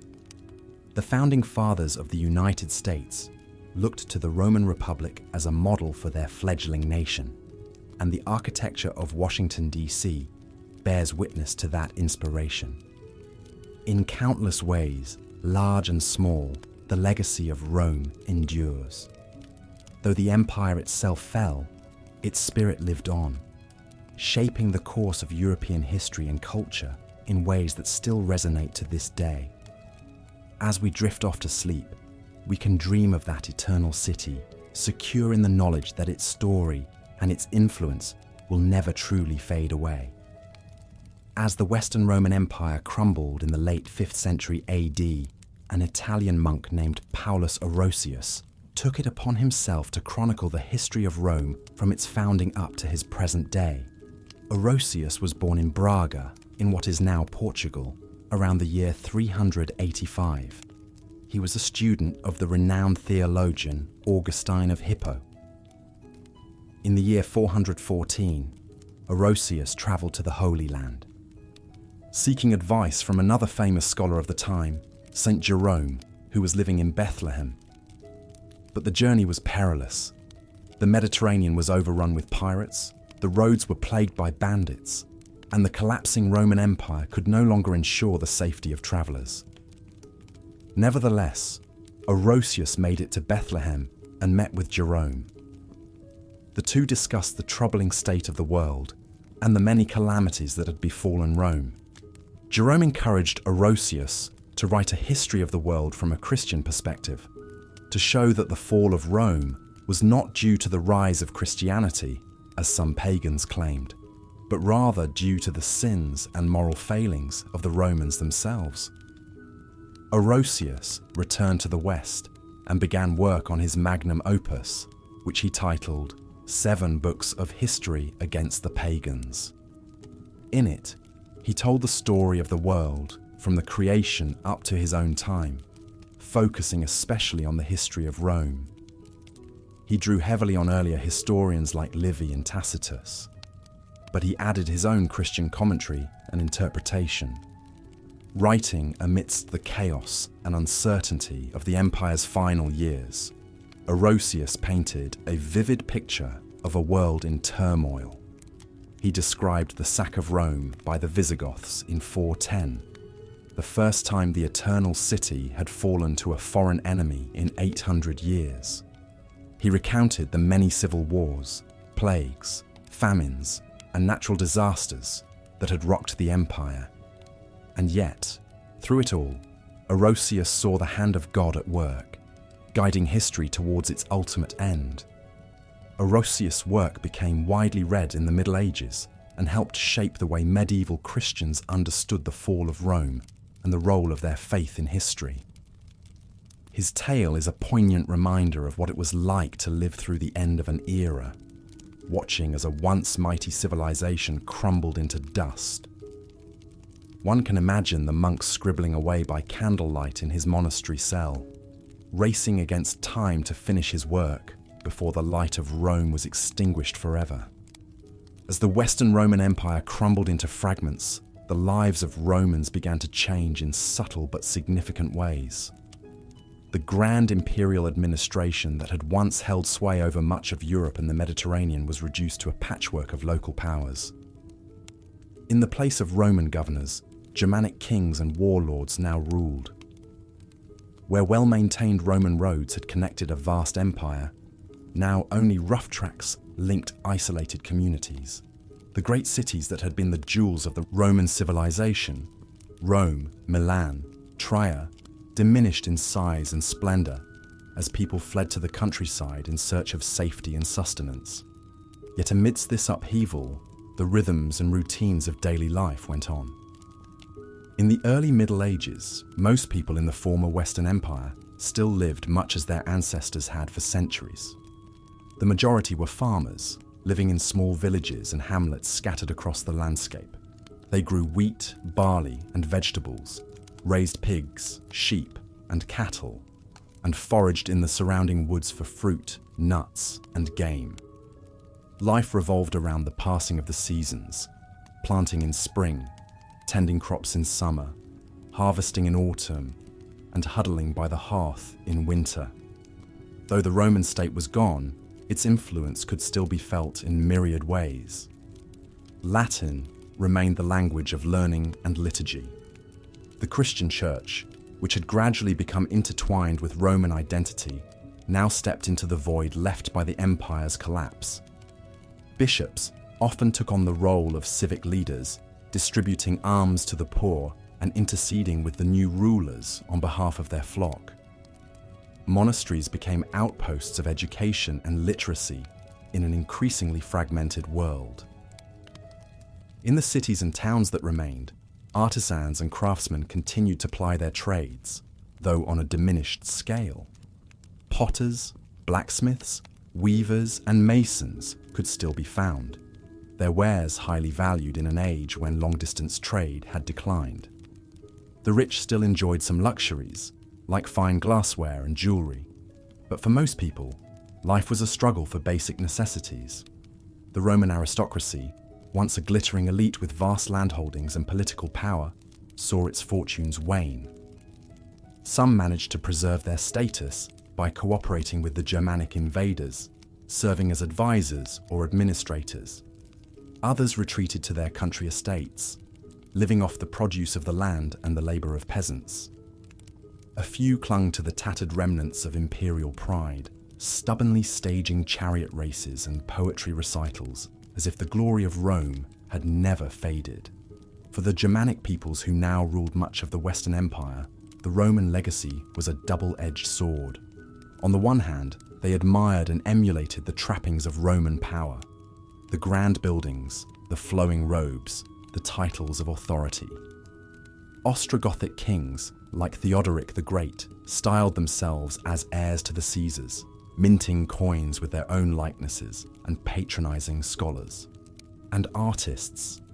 On the other hand, the Germanic tribes had their own proud traditions of warrior prowess, clan loyalty, and oral poetry. The synthesis of these two cultures, Roman and Germanic, would shape the future of Europe. As the years turned to decades and then centuries, the Western Roman Empire receded further into memory, the aqueducts and amphitheatres fell into disrepair. The statues and mosaics crumbled. Latin fractured into a babel of local dialects. Yet the idea of Rome, a universal civilization, a common identity, never entirely vanished. It would continue to inspire and haunt the European imagination for generations to come. As barbarian kingdoms rose from the ashes of the Western Roman Empire, the question of Roman identity took on new urgency. Many Romans now found themselves living under the rule of foreign kings, yet they strove to maintain their cultural traditions and way of life. In the early years of barbarian rule, this was a complex balancing act. On one hand, the new barbarian elite often sought to emulate aspects of Roman culture. They adopted Latin as the language of administration, minted coins with their own likenesses in the style of Roman emperors, and even wore togas as a sign of status. Some, like the Ostrogothic king Theodoric the Great, saw themselves as upholders of Roman civilization. Theodoric famously declared, "Let other kings seek to procure booty or the downfall of cities. Our purpose is, with God's help, to make our people happy." Under his rule, Romans continued to serve in high offices, and much of the old imperial bureaucracy remained in place. Yet there was no escaping that power had shifted. Romans had to adapt to their new circumstances. In many cases, prominent Roman families sought to forge ties with the ascendant barbarian aristocracy, whether through marriage alliances or by serving in their courts and armies. As time passed, the line between Roman and barbarian began to blur. Still, Romans strove to keep their heritage alive. The old senatorial elite, the most staunchly conservative group, did what they could to preserve the traditional Latin literature and learning. They hosted banquets with recitations of classical poetry and speeches celebrating the glories of Rome's past. Some even continued to wear the traditional toga at a time when most were adopting barbarian styles of dress, like trousers and tunics. In the privacy of their villas, many maintained the old Roman customs. It helped that the barbarians, as Christians, shared the same religion as the Romans. This allowed the church to endure as a bastion of Roman identity. Bishops assumed greater political roles under barbarian rule, often serving as representatives of the Roman population. Pope Gregory the Great, for instance, negotiated with the Lombard kings on behalf of Rome. Monasteries became refuges of Latin scholarship, preserving classical texts that might otherwise have been lost. Gradually, as the memory of imperial rule receded, Roman identity began to evolve. It became less about political allegiance to a distant emperor and more about a shared cultural and religious heritage. Romans saw themselves as set apart by their ancient legacy and the depth of their Christian faith. This new Roman identity would serve as a foundation for the medieval world that emerged from the ruins of the Western Empire, an enduring reminder of the power and prestige of Rome, even after its fall. As the Western Roman Empire crumbled, a fascinating process of cultural exchange and societal evolution began to unfold. The once stark divide between Roman and Germanic peoples slowly blurred, giving rise to new blended communities and ways of life. In many areas, the transition was gradual, with elements of both cultures intermingling and adapting to the changing times. Germanic tribes, who had long been in contact with the Romans through trade, warfare, and even service in the Roman military, began to settle more permanently within the empire's borders. They brought with them their own traditions, laws, and customs, which slowly seeped into the fabric of Roman society. At the same time, many Germanic peoples were drawn to aspects of Roman culture, such as its advanced architecture, art, and religious practices. As the Western Empire's central authority waned, local Roman leaders often formed alliances with Germanic chieftains to maintain stability and protect their interests. These alliances frequently involved intermarriage between Roman and Germanic nobles, further blurring the lines between the two cultures. The children born from these unions grew up straddling both worlds, comfortable with Roman and Germanic traditions alike. In the countryside, where the majority of the population lived, the blending of societies was even more pronounced. Germanic farmers and herders settled alongside their Roman counterparts, sharing knowledge and adapting to each other's agricultural practices. Over time, a new rural culture emerged, combining elements of both Roman and Germanic lifestyles. The evolution of language also reflected this gradual merging of societies. Latin, the language of the Romans, began to change as it absorbed Germanic words and phrases. This process would eventually give rise to the Romance languages, such as French, Spanish, and Italian, which still bear the marks of their Germanic influences to this day. However, the blending of Roman and Germanic cultures was not always a smooth or peaceful process. Tensions and conflicts arose as different groups vied for power and resources in the changing landscape of the Western Empire. Yet, despite these challenges, the gradual intermingling of these societies laid the foundation for the medieval world that would emerge from the ashes of Rome. As the Western Roman Empire crumbled into chaos, there was one institution that managed to not only survive, but grow in influence and importance during this tumultuous time: the Catholic Church. While cities burned, trade routes collapsed, and once mighty Rome faded into a mere shadow of its former glory, the Church remained a bastion of stability. It provided both spiritual guidance and very practical support to the people. In many ways, the Church gradually took on roles and responsibilities that had previously been the domain of the imperial government. As the complex Roman bureaucracy broke down and social services disappeared, bishops and priests often stepped in to fill the void. They coordinated famine relief in their dioceses, distributing food to the hungry. They oversaw the ransoming of captives taken in the chaos of barbarian raids. And perhaps most importantly, they simply offered hope and counsel to their often frightened and disoriented flock. The Church was one of the few remaining sources of literacy and education in a rapidly darkening world. Monasteries, which began springing up throughout Western Europe, became vital centers of learning. Monk scribes painstakingly copied and preserved many of the classic texts of antiquity, the writings of Aristotle, Plato, Virgil, and so many others. In their scriptoriums, bent over parchment for hours on end, these men meticulously transcribed knowledge that might have otherwise been lost forever in the destruction of the Roman world. It's hard to overstate how intellectually impoverished Western Europe would have been if not for the efforts of the Church. Through the diligent work of monasteries, the light of learning continued to flicker, even if it had dimmed substantially from the days when Rome was at its height. In a very real sense, the Church was the guardian of the classical heritage, keeping it alive until Europe could emerge from the dark ages that followed Rome's fall. So while the empire that had once stretched from Syria to Britain crumbled away, the Church endured. It was a source of continuity, a link to the past, even as the world changed dramatically. For the fearful inhabitants of a dying empire, the Church provided not just spiritual solace, but a slender thread of stability in an uncertain age. It would go on to shape the future of Europe in profound ways for centuries to come.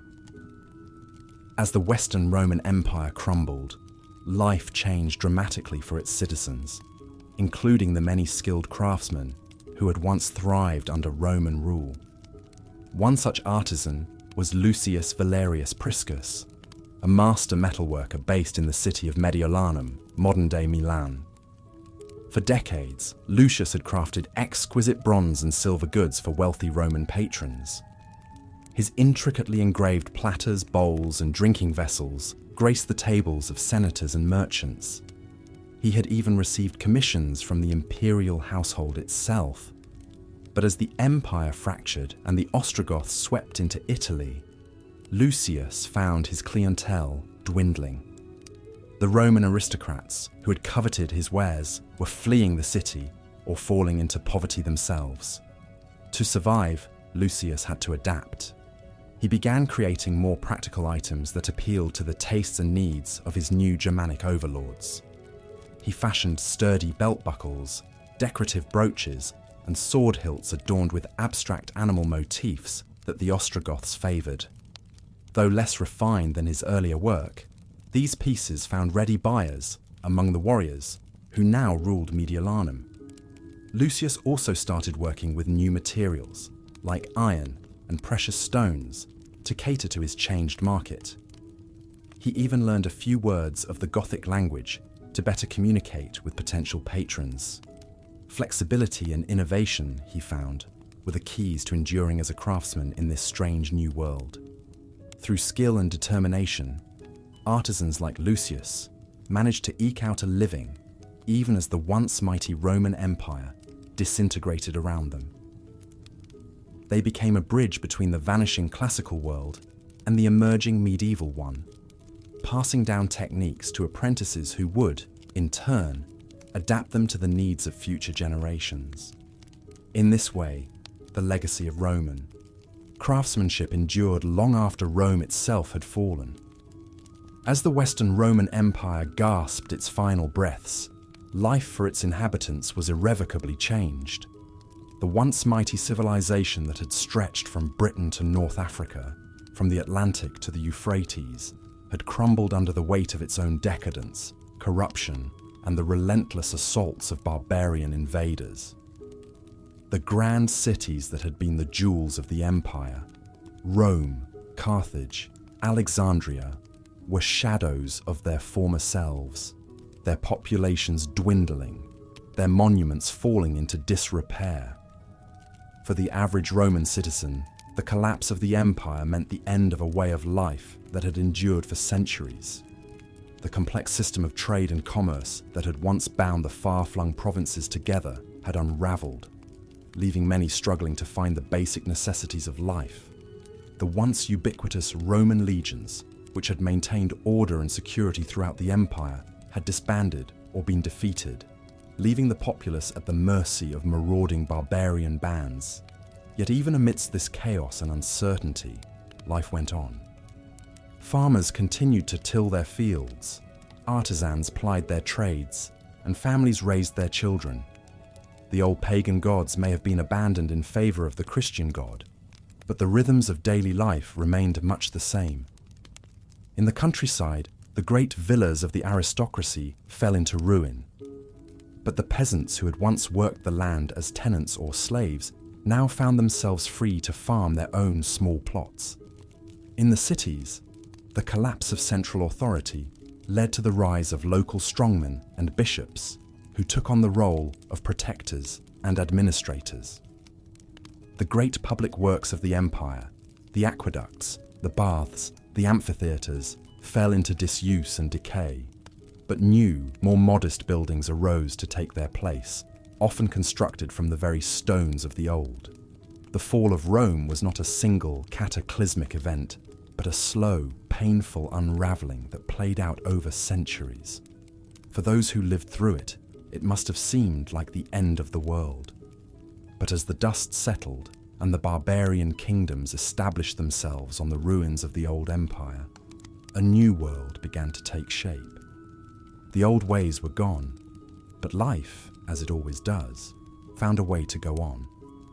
And though the Western Roman Empire was no more, its legacy, in its laws, its language, its art and architecture, would endure, shaping the course of Western civilization for centuries to come.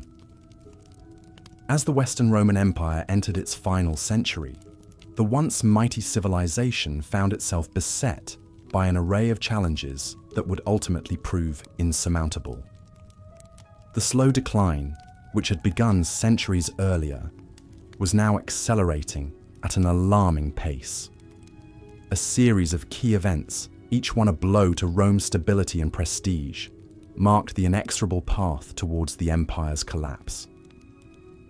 The sacking of Rome by the Visigoths in 410 AD sent shockwaves throughout the empire. The Eternal City, long considered impregnable, had fallen to the barbarian hordes. This event shattered the illusion of Rome's invincibility and exposed the growing weakness at the heart of the empire. As the Visigoths marched through the streets, looting and burning, the citizens of Rome watched in horror as their world crumbled around them. In the decades that followed, the empire was further weakened by a series of internal struggles and external threats. The rise of powerful Germanic tribes, such as the Vandals and the Ostrogoths, put increasing pressure on Rome's borders. These tribes, once content to serve as mercenaries in the Roman army, now sought to carve out their own kingdoms from the failing empire's territory. The political instability within Rome itself only exacerbated the problem. A succession of weak and ineffective emperors, often mere puppets of the military or powerful aristocratic families, failed to provide the strong leadership the empire so desperately needed. Corruption and infighting among the ruling classes further eroded the foundations of Roman society, leaving it vulnerable to attack from without and decay from within. As the empire's borders continued to shrink and its economy faltered, the once vibrant cities of the Roman world began to decline. Trade routes were disrupted, leading to shortages of essential goods and a general decline in living standards. The wealthy elite retreated to their fortified villas, leaving the urban poor to fend for themselves in increasingly squalid and dangerous conditions.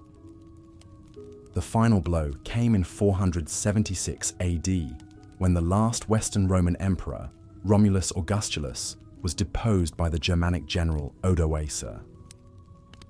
This event, though more symbolic than practical, marked the official end of the Western Roman Empire.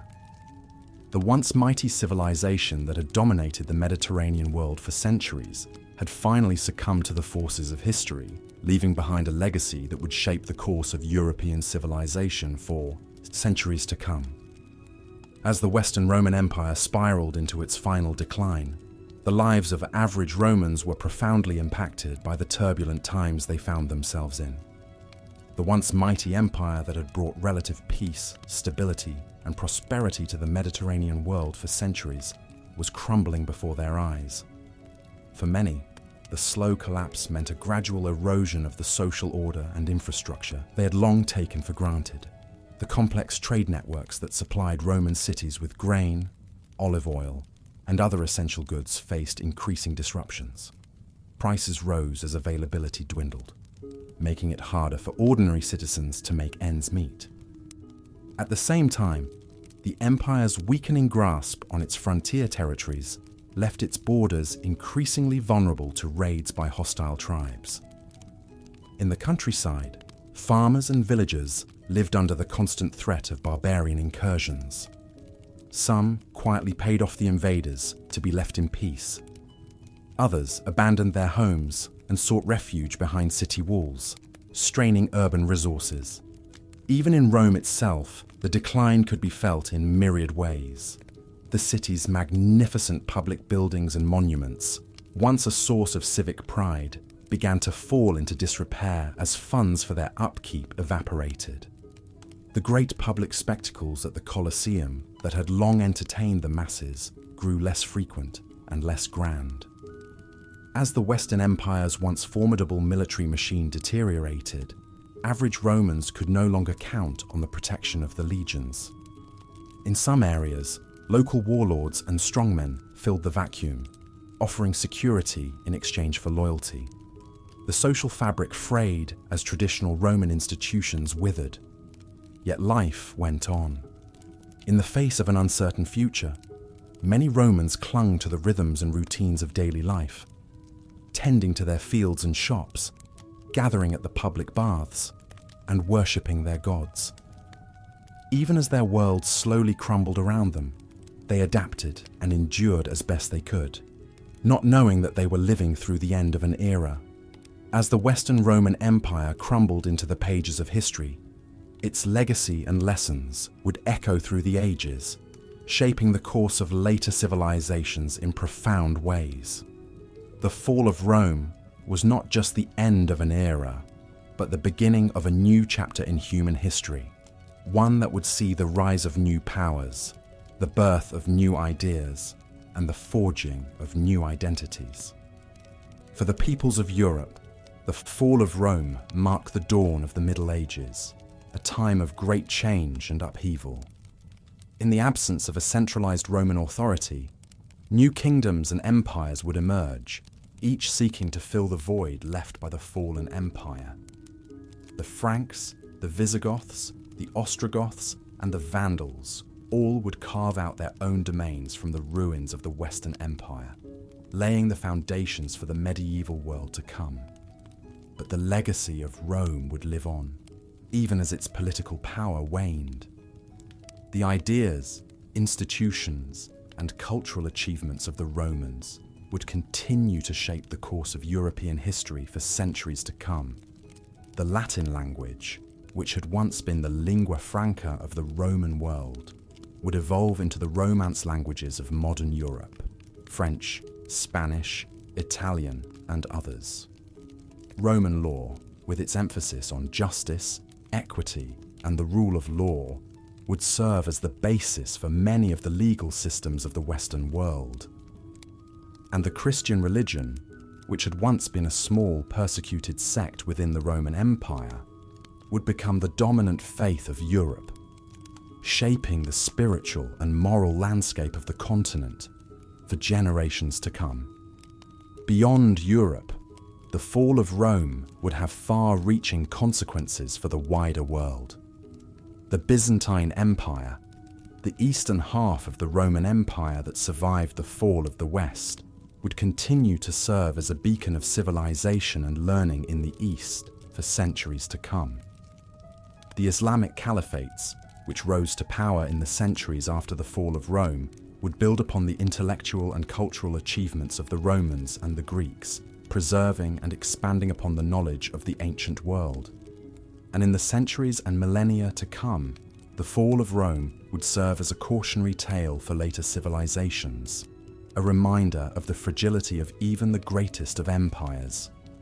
From the British Empire to the Soviet Union, the lessons of Rome's decline and fall would be studied and debated by historians, politicians, and philosophers, each seeking to glean insights into the nature of power, the challenges of governance, and the forces that shape the rise and fall of nations. In the end, the fall of Rome was not just a singular event, but a turning point in human history, a moment that marked the end of one era and the beginning of another. And while the Western Roman Empire may have vanished from the map, its legacy would endure, shaping the course of human civilization for centuries to come.